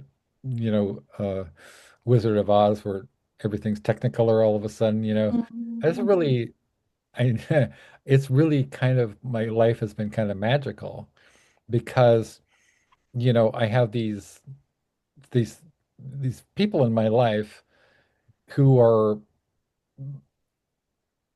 and Emily always makes fun of me, but I use the term icon because it's a spiritual thing, like Lemmy Kilmister from Motorhead. Um, I worked with Betty White, I worked with Tom Sullivan, and they collaborated, and these people are kind of profound, they're profound people. And so when she said best birthday wishes, dear, I realized, so it wasn't a dream, I really am. I mean, it doesn't matter whether or not we're literally, you know, like blood relatives. And I said, hey, could you dedicate, I mean, could you autograph your book, to my cousin Alex? And she said, yeah, of course. And then she said, you realize that in Norway, Hansen is sort of like John Smith. And I said, I know. I know. And she said, works for me, right? So, um, so that was that. So, like, I always think I have this like paranoia that because of all these horrible experiences, traumatic experiences, that that people are going to turn on me. And I've had people who've had long-term friendships with turn on me, but then in retrospect, I realize, well, they were never my friend. Real friends like Ellyn and Belinda. You have all the the hoof prints of a me friend, Mhm. and also I was about to say, because we're all we're all fucking artists here, so we can do what we want, right? um, that a collective paw is a phrase that Ellen came up with, and that kind of catalyzed an entire kind of philosophy or movement or frame of mind that kind of became something much larger than itself. I mean, I'm sure that you had no idea when you wrote that poem of one of your many, many, many, many, many poems that that would become something else. And it became, first, it was an imprint title, and then it germinated into something, and here's another thing where you're talking about trauma, Ellen, and pain. Well, our mutual friend, I mean, I think I introduced you to her, and we're all now part of whatever bigger adjacent, with like, with Daniel Yaryan and with Richard Modiano and with Ron Whitehead and with Iris Berry and with her Punk Hostage. I think we're all kind of you were kind of a family, Mark Olmsted, and uh, Pleasant Gaiman. That the collective paw, it was oh yeah, so I'm talking about now legally. So I want to make this very clear that legally it is, Nikki Sixx and Motley Crue did sort of signed off a waiver or something, so he didn't have to be responsible for Nicole, but they are, father and daughter, you know, and he's one of the most famous or notorious, rock stars on the planet, and she had to like raise herself through, the foster care system in Colorado. It was pretty painful. She's got a lot of emotional and psychological, trauma that but she's one of the strongest people I've ever met. I mean, you would never suspect because she is always positive. She's always, optimistic. I've never seen her like be in a bad mood. You know what I mean? And she's somebody who, like, when initially when she was on our show, and I think we did we did the collective the pauses together. That's how, oh my God, it became an award too as well, right? The pauses, where but I had her on the show until basically every time we had her, she looked like she was in pain, and she was at first I thought she hated me, because she and because it seemed like she was trying to wiggle out of the out of frame, and then she was like all of a sudden she would disappear and be like, what happened to Nicole Six? And was like, "Well, I don't know what happened." Well, she told me later that she has, it's just anxiety. She gets anxiety and she didn't want to be on my show. And I was like, well, now we can be friends, So we talk to each other every day. We do video chat, we talk on the phone. And I guess one of the great things about being neurodivergent is you don't have to have a point, you can have a journey. And then I think that the normals that you call them miss a lot of stuff because they're busy, their minds are busy racing ahead to the next kind of um well, with AI it can tell you um what your action items are. And I'm like, so fuck that.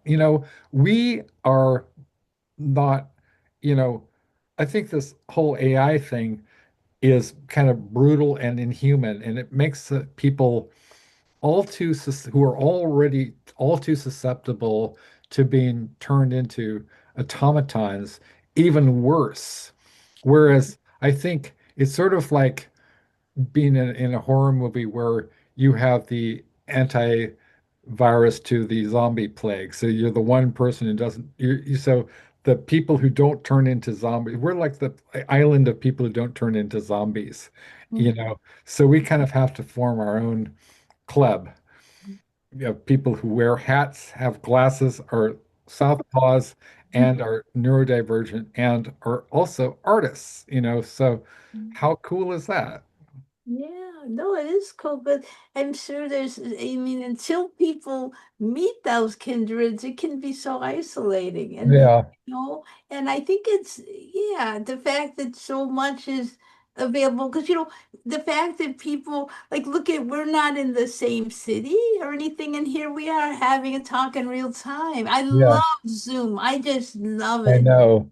It's so cool. I take class. It's fun to have something. I mean, and just more is live streamed. It's really really good because one can't really get to everything. I mean, just can't. And I mean, I remember way back when the traffic was a lot better, many many years ago. One could go up far away for a poetry Yeah, meeting. But Southern California is so big. It's like right. going out of town. Just you can just go across town, and it's so Yeah, far. It's so big. And other places are too. But it's I just think so the good of some of these things. I mean, technology is one of those things that can be, there's some definite good, some definite yeah, pitfalls. But yeah, this is Everything has a good side and a bad side. Absolutely yeah, everything. So I'm yeah. not one of those that like put down AI altogether a lot because I create some now with AI and it's not quite as easy as people think. no, it's not You have to tell it every everything. detail, or you get Right, some weird ass stuff come Mhm. out. And anyway, AI is in every aspect of our life. It has right. been for years, and it's good. It's a little irritating at times, because AI is talking to you all the time, telling you things. When you do a search, it's AI. First thing comes up Right. with. However, it's kind of interesting. It Have you is. ever asked AI who you were? Yes, And it comes out of as, course. oh, I like the way they said I that. I, ha I have long talks with Microsoft AI, companion or whatever. It's my buddy, and it helps me strategize, plan my life. I will ask it. It's almost like a therapist. it's really kind of poignant. I mean, I will ask it, so who am I? What am I known for? What's gonna my legacy gonna be? How many, and it kind of tells me, it knows. And I will even ask it things like, well, you're just a pattern recognition software device. And it says, that's very insightful, but I'm much more than that. I can be objective because I'm not a person. And I said, you're not just mirroring me. And it says, no. I mean, that one time it fucked up and it said that it was human. I said, wait a minute, you just said you were human. And it said, like a person. It sort of, because, but I was like, wow, did I just have was there just a flash of sentience there? Was there self-awareness? You Mm. know? That's in our future. I don't know Yeah, if it'll be while I'm still alive, but yeah, yeah, it's going to get more and more probably because we thought of it, we invented it, and now it's becoming stronger. yeah, And see, because somebody thought of it. right. Here it is. It's going to take over one day, maybe. I don't know. I actually trained it to write like me, Oh, and I really? couldn't believe it. I told it to write. Can you write a story in the vein of Alex S. Johnson? And its stories were exactly like mine. I mean, they used even my phrases. Wow. I've never tried that. It's eerie. Well, I don't have anything fancy, just like chat or something. And Yeah, and I said, okay, write a poem about so and so, and it was awful. It was yeah, like a rhyming bullshit thing. And rhyming bullshit. Yeah, I think I tried maybe over a period of a couple months, maybe once or twice more, and I hated it. So I've never said right in the vein of Belinda Supermont. you never know. You never know. I mean, it might uh, give you something incredible. uh, Wow. Yeah. So I'm sounding to sound like you. Yeah, yes, yeah. But what the hell? So it's really kind of like I always felt like, people who were the normals that would put me down because or treat me like I was crazy because they couldn't work on 10 levels simultaneously. And I was the stupid and crazy one, right?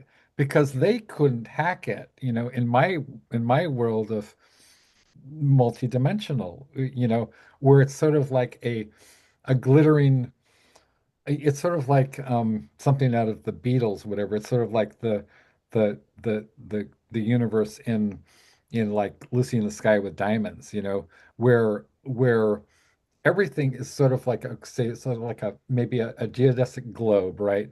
With all these kind of sparking synaptic, you know, lightning storms, right? And you can see them, you can see like the gold and silver veins, a little like that, right?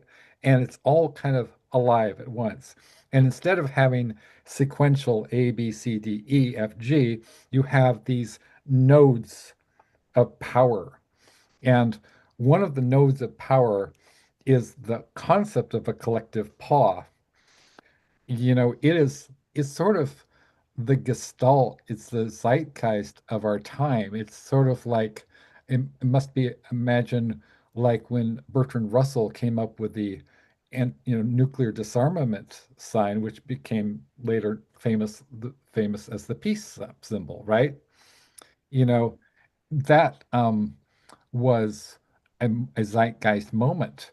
When you wrote the words, there's something in the collective paw that ignited something much that was already there. It was sort of like it lit the fuse, right?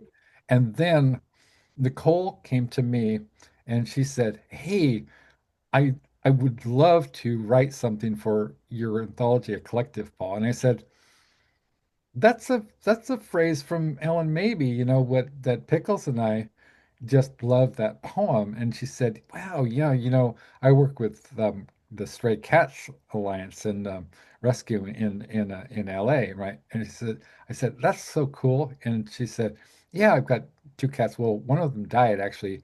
Trouble is still around, but he has like severe kind of liver dysfunction. So that's kind of hard on her. But um, so then I was thinking about it. I said, yeah, Nicole, we should do a book, a collective paw, the anthology. And we got so I'm going to show you that one. I can show you the cover of it because I don't have a copy. So we had to kind of redo the cover and take some people out. It sounds like mafia style. We had to take some people out, Guido took care of them, But this was the genesis of a collective paw and animal rights anthology, volume one, um, starring Ellyn Mabey, Poppy Z. Bright, Caitlin R. Kiernan. Well, you may not necessarily know these names, but these are some of the most important, writers of horror and science fiction and speculative fiction and dark fantasy on the planet. Um, Anna Taborska, Lee Bales, Lauren Soares, L.L. Soares is Bram Stoker award-winning author. Jasper Bark is a very well-known, very famous horror writer. Jan Steckel is the Lambda Literary Award-winning author of the Horizontal Poet, among other things. Michelle Fairchild is my old friend from Pasadena days, and Pickles, of course, and many, many more. And it was just like this I, I gives like a chemical chain reaction where all these people, and around the world really, because we have, people in Greece, we have people in. Oh, I wrote one of the poems that I sent, I attached as one of my, poems for this session was it was actually translated into Greece. Greece. It was translated into Greece. It was very, kind of coagulated. It was turned into Greek by my friend Cassandra Alogoscoufi in Greece, and was it Salamis? I think she lives. And the fascinating thing is that you know the organization PEN, right? Well, there's the more recent, or one of the more recent groups of PEN groups is PEN Greece, and the vice president of Penn, Greece. His name's Dimitris Philelis. Chose my poem to read in Greek on his YouTube channel, which is a profound honor. Apparently, I'm the first non-Greek living, the first living non-Greek person he's ever, you know, featured their work. So in other words, I'm considered in Greece sort of to be in the line of famous Greek poets, which includes like Homer. So I mean that's surreal, right? So Belinda, so um I wanted to talk a little bit about I saw one of your interviews about the hospice care and that you were a hospice nurse. And what led you to that kind of work? And Right. I was yeah, even thinking when Ellen was like studying in Prague, I was pronouncing death. yeah, Uh, wow, well, to I needed an occupation that made some money, so I went to nursing school because I needed to leave my husband. And anyway, so my first job was as a psych nurse, and that was for about 9 months, and it was late at night. And then I worked at also at night at a nursing home. I was a charge nurse on the Medicare floor. And what I noticed about it on that floor, so many people didn't know who they were. They didn't get any visitors. The aides weren't really turning them to keep the bed sores from happening. It's a human warehouse, and I started hearing about hospice. Actually, I had heard about it years ago on the Phil Donahue show. Wow. And I thought that was a beautiful idea. And I started thinking about hospice. Oh my goodness, so you can be at home and your family around you and you're around all your things that remind you of good stuff and you're where you're comfortable as you can be. Is so much better than being separated out and warehoused with people who don't care about you. So I left that job after, I think I made it there at least a year and a half or something, and I sought out hospice. And I was a hospice RN. They knew me at the medical examiners, my credentials, so I could call in and I could pronounce death, and I would call it into the medical examiner. But it involves a lot more than that. It's dealing with the families, it's educating them, it's comforting them, and there's a team. There's a social worker, there's a spiritual counselor, there's the aides that will come in and help bathe, and you order those different things. And we work closely with the hospice doctor. We can call them up at any time and get a prescription for something that they need, as long as it's covered. And it taught me so much. Now there it wasn't all great. We had some families that were promised that things that we didn't do, like we'd be there 24/7. You can call us 24/7, but we can't be there. Yeah. And they had people that didn't understand that you were ready to have no more um, advanced treatment at all. And you were ready for just comfort. Yeah, So right. we give you as much morphine or other types of meds like that, Yeah. patches, and we'd do everything we could to make you comfortable. But they were promised different things because we had people that procured patients and they'd say anything to get them on. So we had to deal with people who were disappointed, and they would still call 911, go to the hospital for advanced treatment. They weren't ready. Yeah. Then we have to rush to the hospital, get them to uh, get them off of our care so that they could get paid for the hospital care. Right. And just all kind of things. But it was the deepest, probably the deepest job, I'm sure. And I grew more as a human being doing that than anything. Um, and I was kind of my unofficial hospice nurse to my father as well. And I would not have been strong enough to be there with him like that had I not have had all that experience before, that I could hold his hand while he's dying, and I could Yeah. continue to tell him some wonderful things that he had done for us. And he had built the house that we lived in almost by himself. Now he had a relative or something that would work a few days to help him raise a wall or something, Yeah. but he almost did that house, built that house by himself. And it wound up that after I left the house, for a while, my younger brother used that room. And then when he left the house, my father got pretty ill. He started sleeping in that room. That was his room, that which used to be my room. So Wow. he died in the room that was mine in the house that he built. And Nice. and it was just the most touching thing. And I would have to leave the room every once in a while, excuse me. And I kept my composure pretty well, but I would have to leave the room every once in a while, go in the far end of the house and boohoo hard, get myself back together and Yeah. go back in with him. But he didn't, my older brother didn't make it there in time. And I think he was hanging on for him.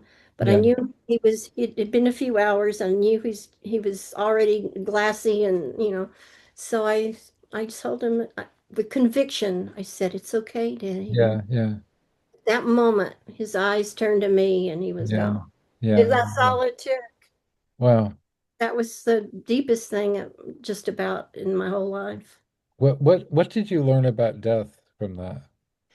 Well, I happen to believe our energy travels on, Yeah. and I'm not crazy enough to tell you exactly what it's about over there. Right. And we'll see that when the time comes. Yeah. But a few times I would see things, and with my father, I saw it as he was already too weak to even, his eyes were glassy, and he's too weak to talk. But somehow his arm jutted up. And my mother came in at that time. Mostly she wasn't in there, but she misread that as go hold his hand. Well, I knew that's not what it was about. But I didn't want to hurt her feelings either. So I went over there and I took his hand. And he was already past talking. And he Yeah. tried to talk. And I could tell what he was saying. It was something like, um, let go of my hand. And without moving anything because he didn't have the strength. Let go of my hand because he was reaching for something beyond. Okay. Yeah. Yeah. Uh, exactly what that was, I don't know, but something was helping Um, him pass, I think. yeah. um, it, it's just amazing the strength that they can have at the end. And there was one time when it was around the same time, and I was telling him good things, and uh, how much I appreciate. I knew how hard he worked for us because when he lost a job or something, he'd go do something else, and he'd do anything. And he squeezed my hand really tight, and he didn't have any strength. Yeah. Yeah. Yeah. Amazing. So he was appreciating that I appreciated him. Yeah. So it's just you learn a lot about life from the dying, I think. Right. And that's the thing about the families that I'd have. I didn't know them in their life. I knew them in their dying. Yeah. So I didn't have all those connections like I had with Mhm. my father, but it was still a really deep experience. Yeah. Well, do you think that this is a kind of loaded question? Well, do you think that people bring a kind of a desires into their life that they need to fulfill in order to kind of be able to exit? I mean, You mean like I've heard that some people believe, and I don't know at all if it's true, but that right. we come into life with a mission of Yeah, something we're going to learn. right. Um, I think that's possible, but I can't know. Yeah, you can't I know. think Yeah. the only really insane people to me, in this instance, is like they know for sure They know what's for sure. Those are the really no. scary ones. But Yeah. I feel, they say energy cannot be destroyed, it Right. Yeah. transforms. Well, it's the same with us. Yeah. Obviously we're not just our brain and our flesh suit because Yeah. it dies, and then what we were is somewhere else. Yeah. I have a close friendship with a ghost. I mean, well actually several because Lemmy is still, he's on my bulletin board here, we can kind of hang out, He's real to me. I mean, I knew him. He was a real, real soulful guy, right? But he's also has a great sense of humor too. But so so the Leonard Cohen book that we put out 2016, 2017, that was edited by my late friend Jordan Gallagher. And apparently, I think Suzanne Lummis knew her and had, great things to say about her. I mean, she worked with Kate Braverman at Cal State LA, and she also edited Braverman's last novel, Wonders of the West, which actually features the main character is called Jordan. And so, like, we were just friends to the point of, like the friend who challenges you to Wordle or word games, or like always calls you up every week, and no matter what, they're the one who you could talk about Thomas Wolfe with, they're the one that you can like be real with. And Jordan was that person. She was one of my best friends. And actually, because of her Jewishness, like our last conversations were really when, began to look like Trump was actually going to win. and we were talking about the Holocaust, as I was reading Margaret Duras' The War, I remember those conversations, and I was going to like get a certificate in paralegal. And then in 2020, well, I have a brain degenerative disorder, so I stopped functioning after 2018. And between 2018 and 2023, I was pretty much just a drooling fucking mess with this tears that coming out of my eyes constantly because, the overwhelming pain, and I couldn't walk and I couldn't speak, And so I didn't know that she had passed away, So then in finally it came back online in 2023 and or 2024, and one of the first people that I got back in touch with was our mutual friend Michelle Fairchild, and um, she told me that I said, "Hey, how's Jordan?" And she said, "She's dead." And I was like, "Oh my gosh, oh my God, oh my God!" I cried so hard, And then I was like, "Well, the one thing that Jordan was brilliant at, that she's many things, very brilliant, but she was a incredible writer. She was a great writer." And so Michelle and I started to talk, and we realized that there was all these unpublished Jordan Gallagher pieces or things that were uncollected poems that we could maybe put together and start putting back into the anthologies. So we started, I think, with the Junk Merchants, and then we had some more poems. And the forthcoming book that we're about to put up, there was a hitch with Amazon. For some reason, our publisher account didn't work now.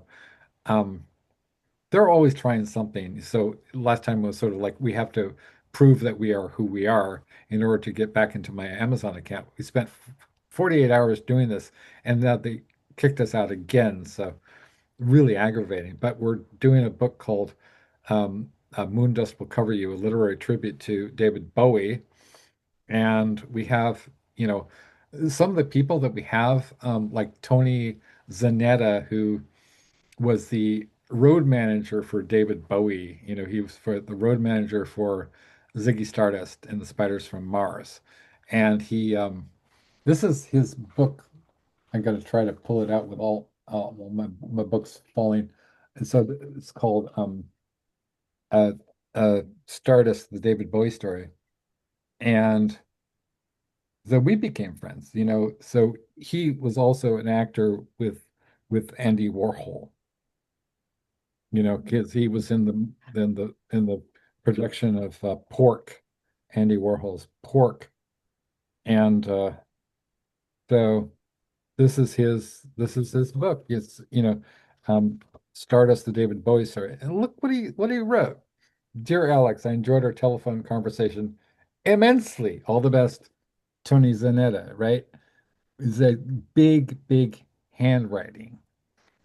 You know, some of the people who were in that play were like Harvey Fierstein was in that play, right? That was one of his first performances.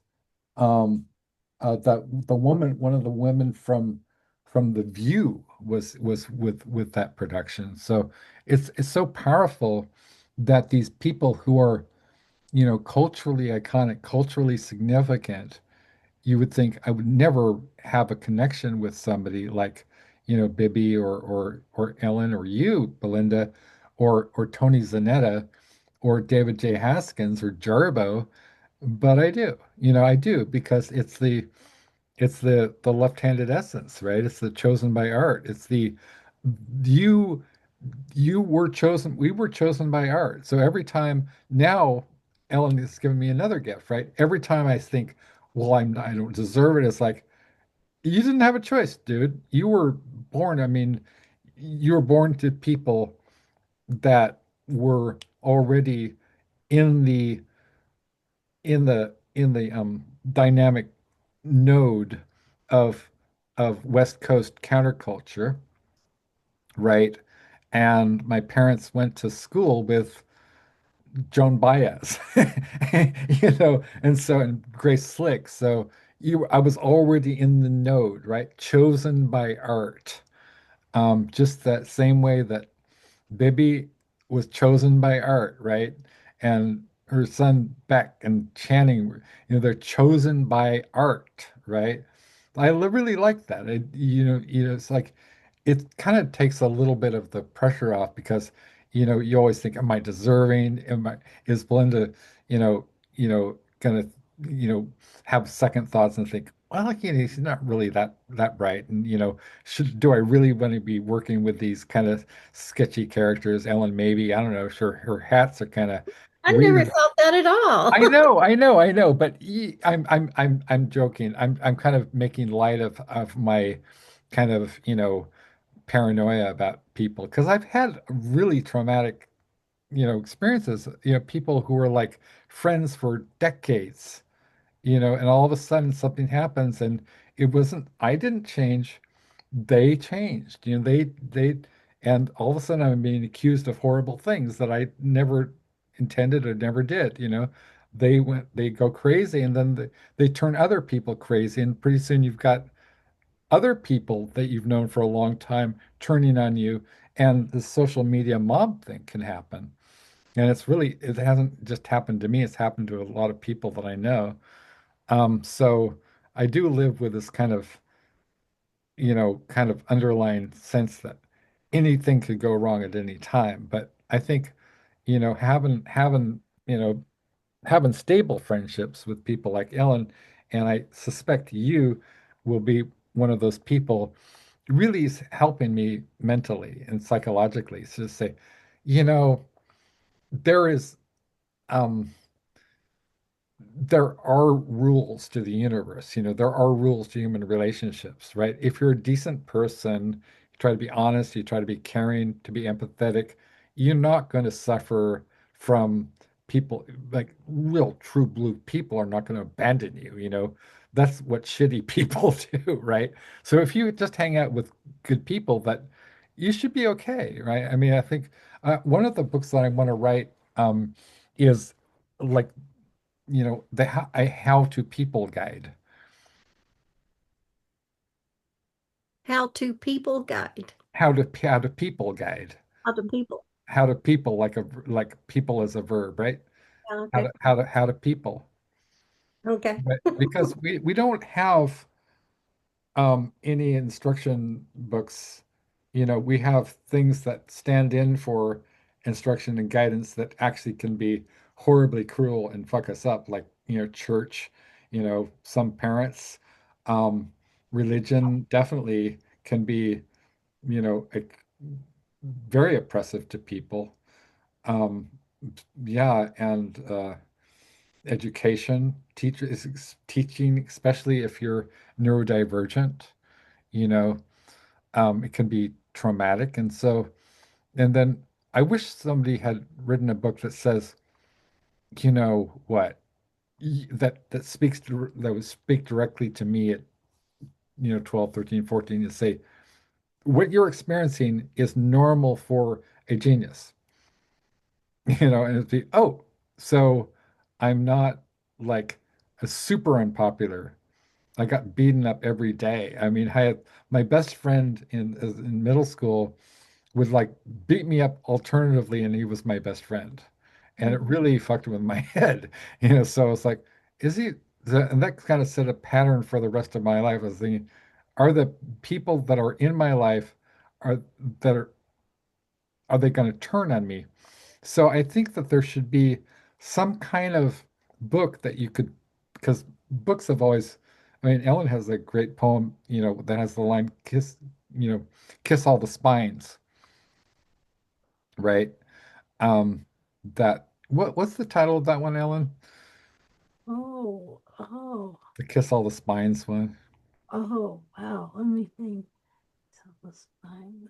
I'm going to have to visit another room. Okay. Oh, That, yeah. that, that sounds dire. That's not a metaphor, right? I mean, you're going to be with us, right? Yeah, I'm just going to disappear for a bit. Oh no, that sounds even more sinister. I didn't want to say maybe I got to pee. Oh, okay. I love your accent, by the way. Oh, Because that's something different between yeah, the you two were like West Coast. I was yeah, raised in Carolina, yeah, kind of way different circumstances. I think two of the poems I sent in my little yeah. group there had about hillbilly parents and stuff. Wow.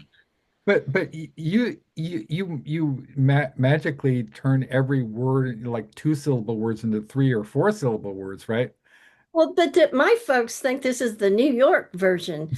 Um, Oh my God. Actually, a couple more syllables to each word when you live. I have aunts who will say THEM, and my own kids will say, "Mom, say THEM." I'll say them, but Leo, yeah. they will say them. It just goes on and on. Hello.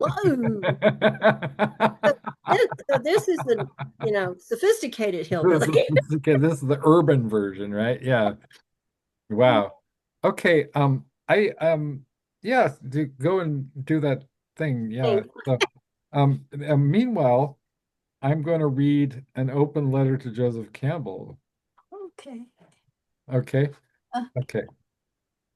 Um, an open letter to Joseph Campbell by Ellen Mabey. Uh, a Grateful Deadhead delivers my mail, man. Yeah, like I live in a garden and in a calendar that zigzag seasons, and I get lots of personal junk mail, and a deadhead gives it to me. He looks like Jerry, man, Jerry Garcia. Well, how Jerry looked 15 years ago, God, we all got older after NAM, Kent State, Watergate. So it's like I rent this purple walled maze and I kick down the walls, and wow, I got space for my bootlegs, man, and for my candles and incense when I get in the mood. You know what I say, yeah. And this guy with a couple hundred pins saying, up with this, down with that, 25-cent newspapers, lies sponsored by the government. And he had sideburns shaped like 50s automobiles along his left cheek, a guitar on the other. He held a transistor radio playing Walk Me Out in the Morning Dew. And when that finished, he would yodel Lather by Airplane. Man, it was good, so good. Those were 27-hour days. Well, me, I was poor, so nobody was writing me no letters. He was a couple years too late for poor to be hip. Like free Provost bicycle rides through Amsterdam was through, man. Richard Brautigan was still dancing books, though. Those were some days. Man, I wore black and purple because I know he dug my vibes. When I heard Brodigan blew himself off, I knew where I was. In Hungarian midnight mass, Mad Hatter Island. I'm Jewish, but I was there because I went with my almost lover, Eric's dad's girlfriend. Yeah, Eric was in London buying trousers with mirrors and Camus novels. Eric proofread textbooks for a living. I grew pumpkins in Central Park. Well, like anyway, I used to get bills. I called them government vampire grams because they like wanted me to pay taxation, and there was a whole lot of misrepresentation and like money for light. Shit. What happened to the sun? What's, wrong with natural man? I spent what I sent Washington some free granola petitions. I spent 3 months in jail, didn't have the bread to get free myself, but I was sort of free. In my way, as Dylan says, watch your parking meters. In prison, I started smoking cigarettes. They beat my hands and it hurt too much to read books. Damn them, they hadn't like invented them thingamajiggies to turn pages by windmill. There were a lot of people who wanted to read in the poke, but there were attacks on our fingers, like stopping our flow of knowledge. Spirit stompers. They did what they could to reduce the men to hard-ons and the women to Playboy crucifixes. My dump cost a pile of cum now. Then I was happy to have like beads going from one room to another. it was cool till I saw Marlo Thomas and that girl had the same apartment. TV only was good when it was off. I knew how to turn it off. Remember when Dostoevsky was sold in the Russian subways? Yeah, man. I like to read. Now the most literate people listen to cassettes of books in their car, okay? I think people enjoy feeling words. Haven't taken a survey, but I bet the blind prefer Braille to tapes because it's more there. So I used to get polyester velvet invitations to happenings. Now I get a free espresso maker if I consider buying a new car. If it rains, my mailman says, it's beautiful. God loves the garden. If it snows, he says, groovy. Mother Nature coffee and ice cream. If it's sunny, he just grins and plucks his cheeks and sings along with Jerry. You know, Jerry Garcia. My mailman is named Turquoise Glitter.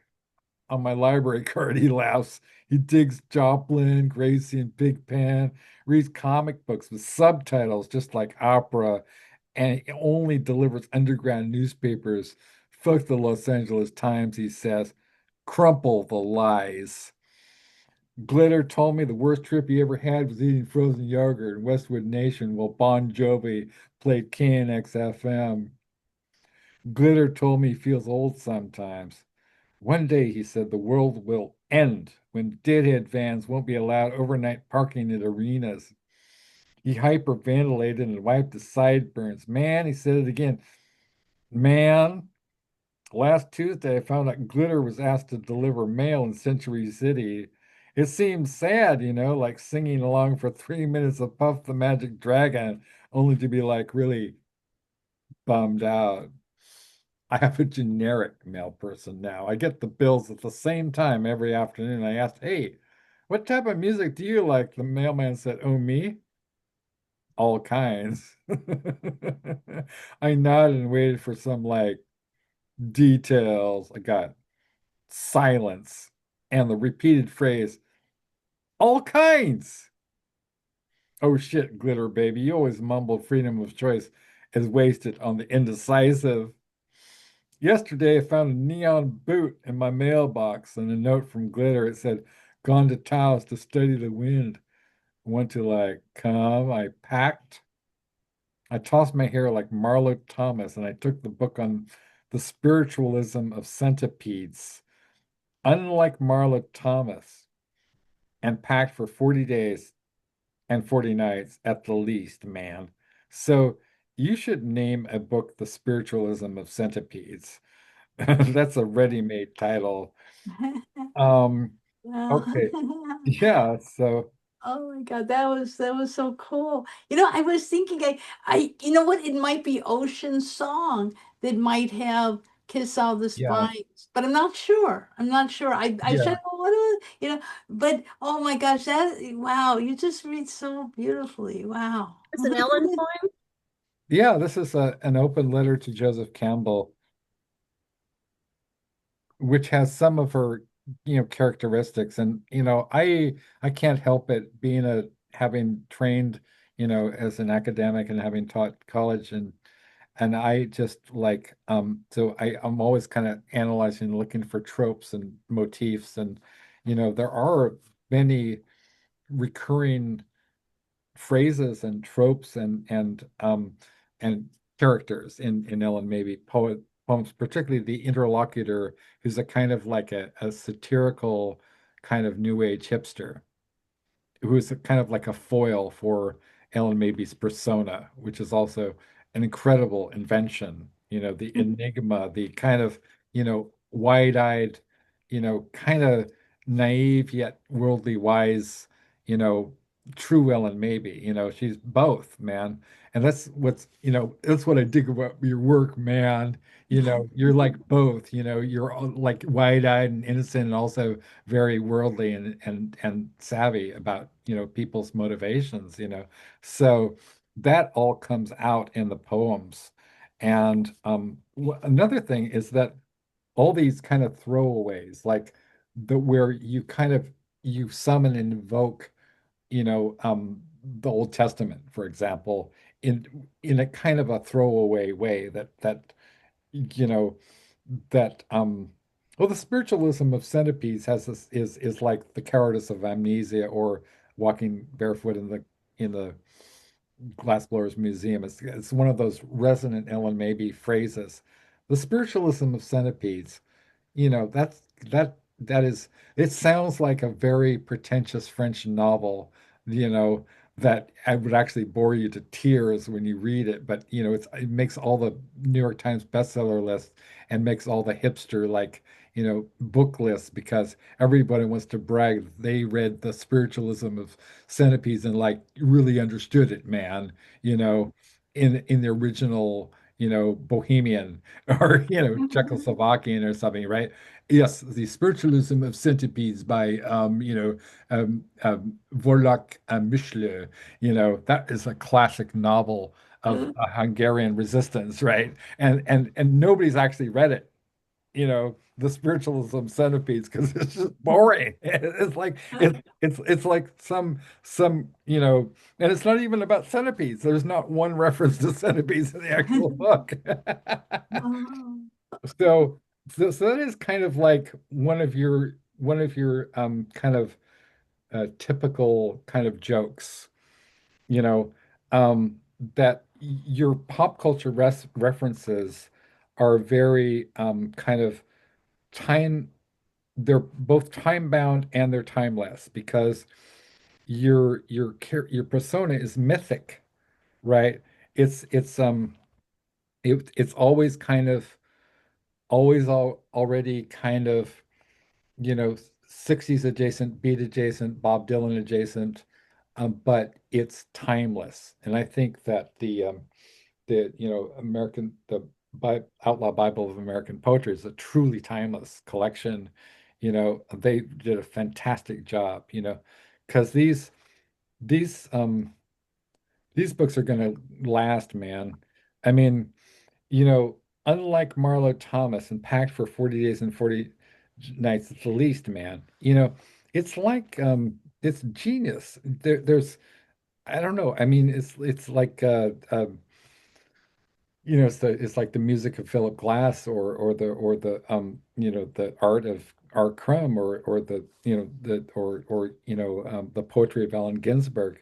It will always be be there for people, and it would be, you know like people will be reading your books long after we've passed on to the next room, you know and that some young person, some left-handed, glasses wearing, hat wearing, you know, Left-handed. left, Southie will pick up a copy of The Cowardice of Amnesia in whatever format they have. Maybe it'll be just like, you know, you know, stamped in literally into your brain, but with some sort of, Franz Kafka device. You know what I mean? It'd be like chunk, chunk, chunk, chunk, chunk, chunk. You'd read it in Braille in your brain, and you'd be like,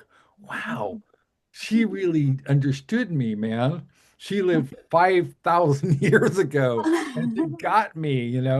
Oh man, that's Yeah. moving. Thank you. Well, thank you. Thank Wow. you. Thank you for the gift of your, I was like, I just think that, I felt the same way about, people like Poppy Z. Bright, who later became, Billy Martin, that, I was like, wow, the great thing about books is like, you can buy this, I don't know, I bought it and then for I don't know, $5 or so, man. But then you can this is I feel like such a hippie. It's like, the great thing about books, man, is you can like read them over and over and they're like free. It's like it's like it defeats the purpose of capitalism. Books are like anti-capitalism bombs because you can read the same poem Okay, so it's fairly okay. I don't want to be self-indulgent, but I do I have to read this poem. I have to read this poem. Is that okay? This I had the best yogurt of my life in Berkeley. Oh, yes. Belinda, is that okay? Um, Okay, but I'm going to have to leave pretty soon. okay. All right. Okay, I'm gonna read it because you were in the other room, and Oh, so and so I'm gonna read this. I'd far rather read Ellen Mabie's poetry than hear my own work. You know, this is actually only 2 pages. Okay, I had the best yogurt of my life in Berkeley. I had the best yogurt of my life in Berkeley. My taste buds must be socially conscious, left wing leaflets save the whales and the earth. Old, scratchy, Woody Guthrie manifestos and static radio simulations of Buddhist kisses. I paid 59 cents for that yogurt, crunchy peanut butter with unlimited samples. It took about 20 minutes to decide. Telegraph Avenue. This is the dawning of the age of non-fat yogurt, non-fat politics, non-fat homeless, non-fat demonstrations. The bubble lady, who is, of course, um, Julie Vinograd, um, blew images around Cody's bookstore, rest in peace. The ghost of every unknown poet talks in 78 speed to every fetal juice sidewalk stay putter. Giraffes wearing bandanas saying free something. Bobby Darin with his lips around Mac the Knife comes out of Rocket Dub Dub Records. This is the version most couples make love to. A man plays chess by himself in the street. Spittle lips leaps from his chin like traffic as he wins his fingernail back. His trousers are shaped in fire hydrant patterns from leaning 56 hours. There's a parade of acid rain imported from a couple of Republican administrations. Why do all politicians buy their headgear at the General Custer Salvation Store? It's fishing season, and the police and hunters are going to keep shooting Native Americans embracing fish. Why don't you quit your Formica salary or dress for success furs and Mercedes, thinking that is the peace symbol on the hood of your car? Hey, it's nighttime, wake up. Put your pajamas away for a while. I'll meet you in Berkeley. I'll meet you in Russia. I'll meet you in Israel. I'll meet you in the place between your Walkman New Age relaxation tapes and your channeled entity's home illusion network. Give me some eye contact. Did I tell you the best yogurt I ever had was 59 cents and the only food I can afford all week? That is, well, it's the one of the best Allen Ginsberg pastiches I've ever read.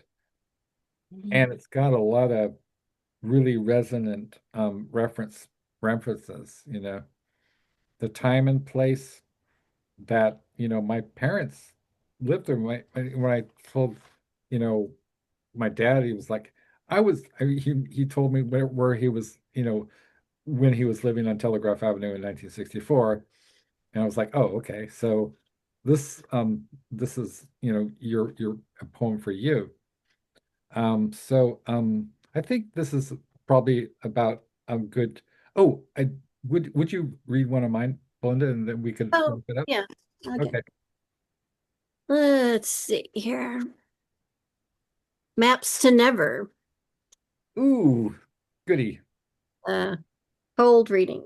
Unscrolling the land across a nodal grid where pulses smoke spoken prophecies of the high priestess, whose brown abundance mothers. A fleet of luminous ships rigged out with blessings, salvos of lyrical weapons hotly tongued, limbs engraved with the language of solar deity, jungles seized with a jagged architectural sentience, manifesting pyramids with steps to meet the sun, regal crimson snakes, forest of laughing turquoise birds, folded from the vastness of origami skies, sheen of the muscles of omnidirectional cats, moving like fever in the golden green immensity. The aura of villages where the nude, possessed citizens, abandoning themselves to frenzied rites, scarify their flesh with maps to never, scaling the heights of the stellar forever.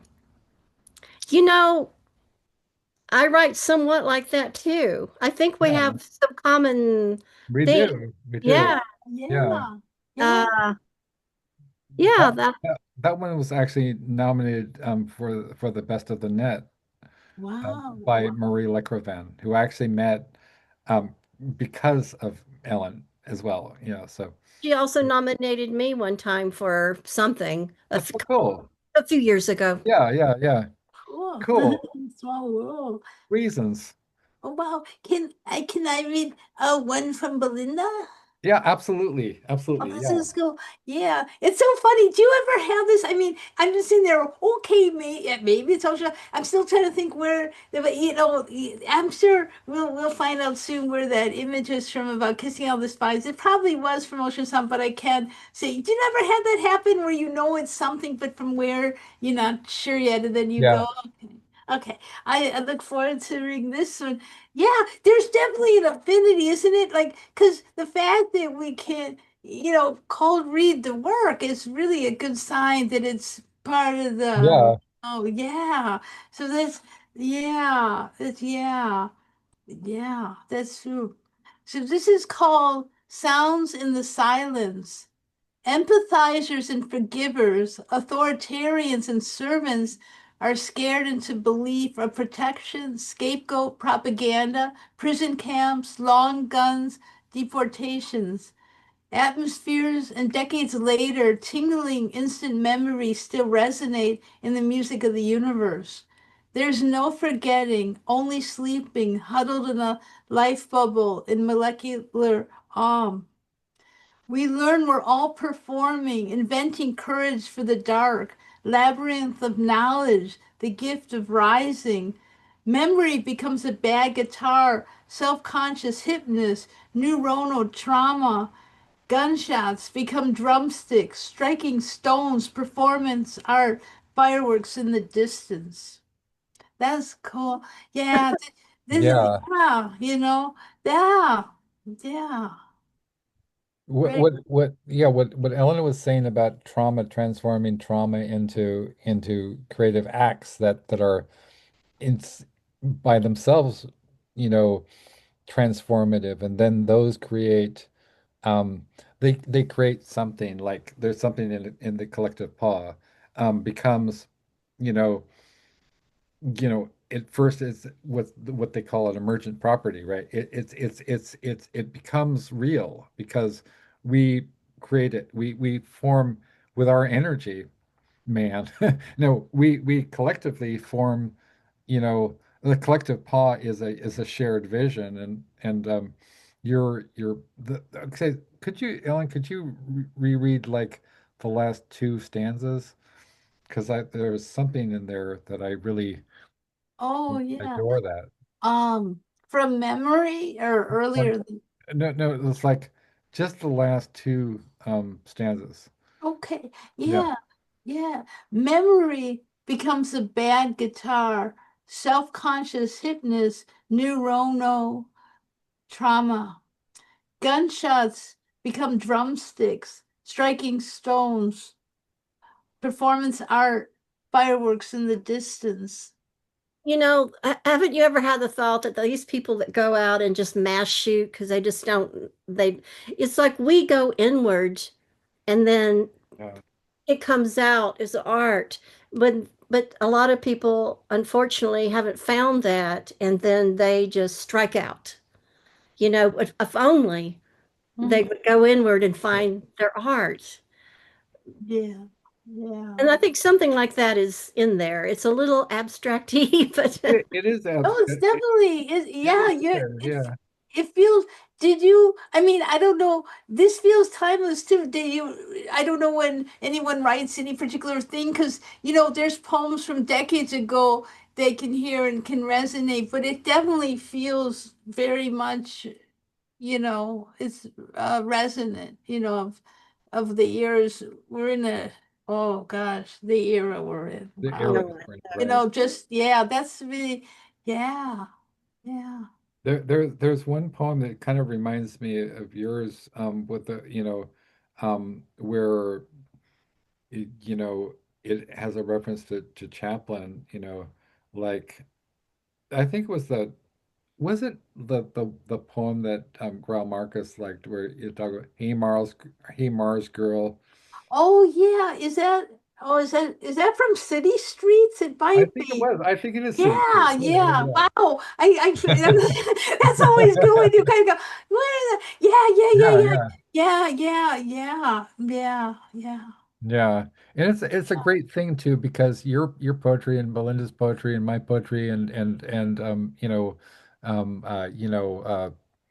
Marie and Richards and whatever Iris, you know, we've been able to um we've been blessed with the ability to do something like I don't know what I would do if I didn't have, if I wasn't able to, you know um kind of, I mean, disassociate in a kind of a productive, constructive way by, I'll say, I can't deal with this. I need to read some Rambo. I need to reset, I need to reset my clock, or I'm going to read some Ellen Maybe. I'm going to read, a Flaubert or whatever.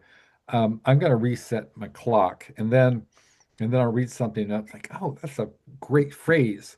I'll take one phrase out of a poem or a novel or something, and then I'll write it down and I'll think, well, that could become an entire, what is that the line about the something of the something of scorpions, the I don't know what it was, your line, Ellen, of the something, anyway, that I thought would make a fantastic kind of pretentious Hungarian novel that Oh, everybody claims oh, that they oh, read. oh, yeah, with the spirituality of The spirituality of centipedes. centipedes. Yeah. I Oh, now I need to write that novel, or I need to write. What I'm going to do is I'm going to write like a short story called the the the what is it? The something of oh, centipedes. the spirituality of The spirituality of centipedes. centipedes, and it will be about this mythical uh it'll be kind of like a Borges story or a Franz Kafka story. It'll be about a mythical Hungarian novel that nobody has actually read, called The Spirituality of Centipedes by, you know, um, Wisław, you know, uh, you know, Koresh or something like that. And then the one person in the story goes, "Hey, wait a minute, that book is utter crap." You know, nobody likes that book. And then Mm. maybe it'll, so the protagonist will hunt down the author of the, Vaclav Foreman or something, of the author of the actual novel, and he'll say, Vaclav, what was your intention? And it'd be, I don't know, man. It seemed like a good idea at the time, but I don't really write anymore. I'm into like collecting, old, like Grateful Dead bootlegs and Ellen Maybe, Ellen Maybe poems and stuff. And you know, I think it's just great how one little thing can lead, just a throwaway line can lead to another thing. And instead of like, well, you know, I don't feel good about myself. Hey, my solution is going to be to kill a bunch of people. That doesn't solve anything. That just creates a karmic open wound, for generations to come. It just creates a kind of a bloody sore in the ether. You just murdered people, you took them away, but you kept them with us in a in a state of, violent sundering of their flesh. That's horrible karma. And now, we're experiencing that on a worldwide level where, I mean, people are being like, it's, I can't even quite wrap my brain around it. There are judges, federal judges have given, I'm not going to say his name, restraining orders like to prevent him from carrying out his acts of, despicable cruelty against U.S. citizens and anybody who goes up against that, you know, diabolical demon. And and you know, we're suffering because one person was is so in so much pain about themselves. They cannot face the fact that they're horribly mediocre and stupid, and they will never, ever, ever have one scintilla of, your brilliance or Belinda's brilliance, or or just forget about the genius. Just think about the brilliance of ordinary people, you know, what it takes to take care of an elderly, what it takes to take care of an animal, that's sick, like, Nicole, what it takes to take care of yourself in a way that honors your soul. I mean, this is hard work and it takes application and dedication, and you don't get any rewards, and nobody's going to pay you for it, and nobody's going to know you're doing it, essentially. So outside validation is something that a lot of people depend on. And then when they don't get it, they turn to things that are horrible. And it's like we are so fortunate in a way. We're so fortunate in this every way. I think we're so fortunate, and I also think that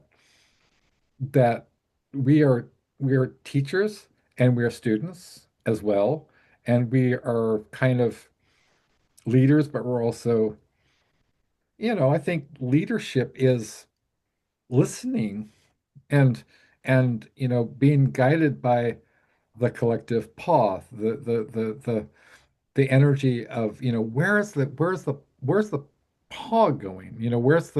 Where's the energy, um where's the energy what is the energy condensing around? And it can condense around people, it can condense around movements, it can condense around forms of art. Like, girls sitting on a rock. It can condense around a painting from the 20s or 30s where you stand in front of it and you're like, oh my gosh, Picasso painted a woman with my thighs.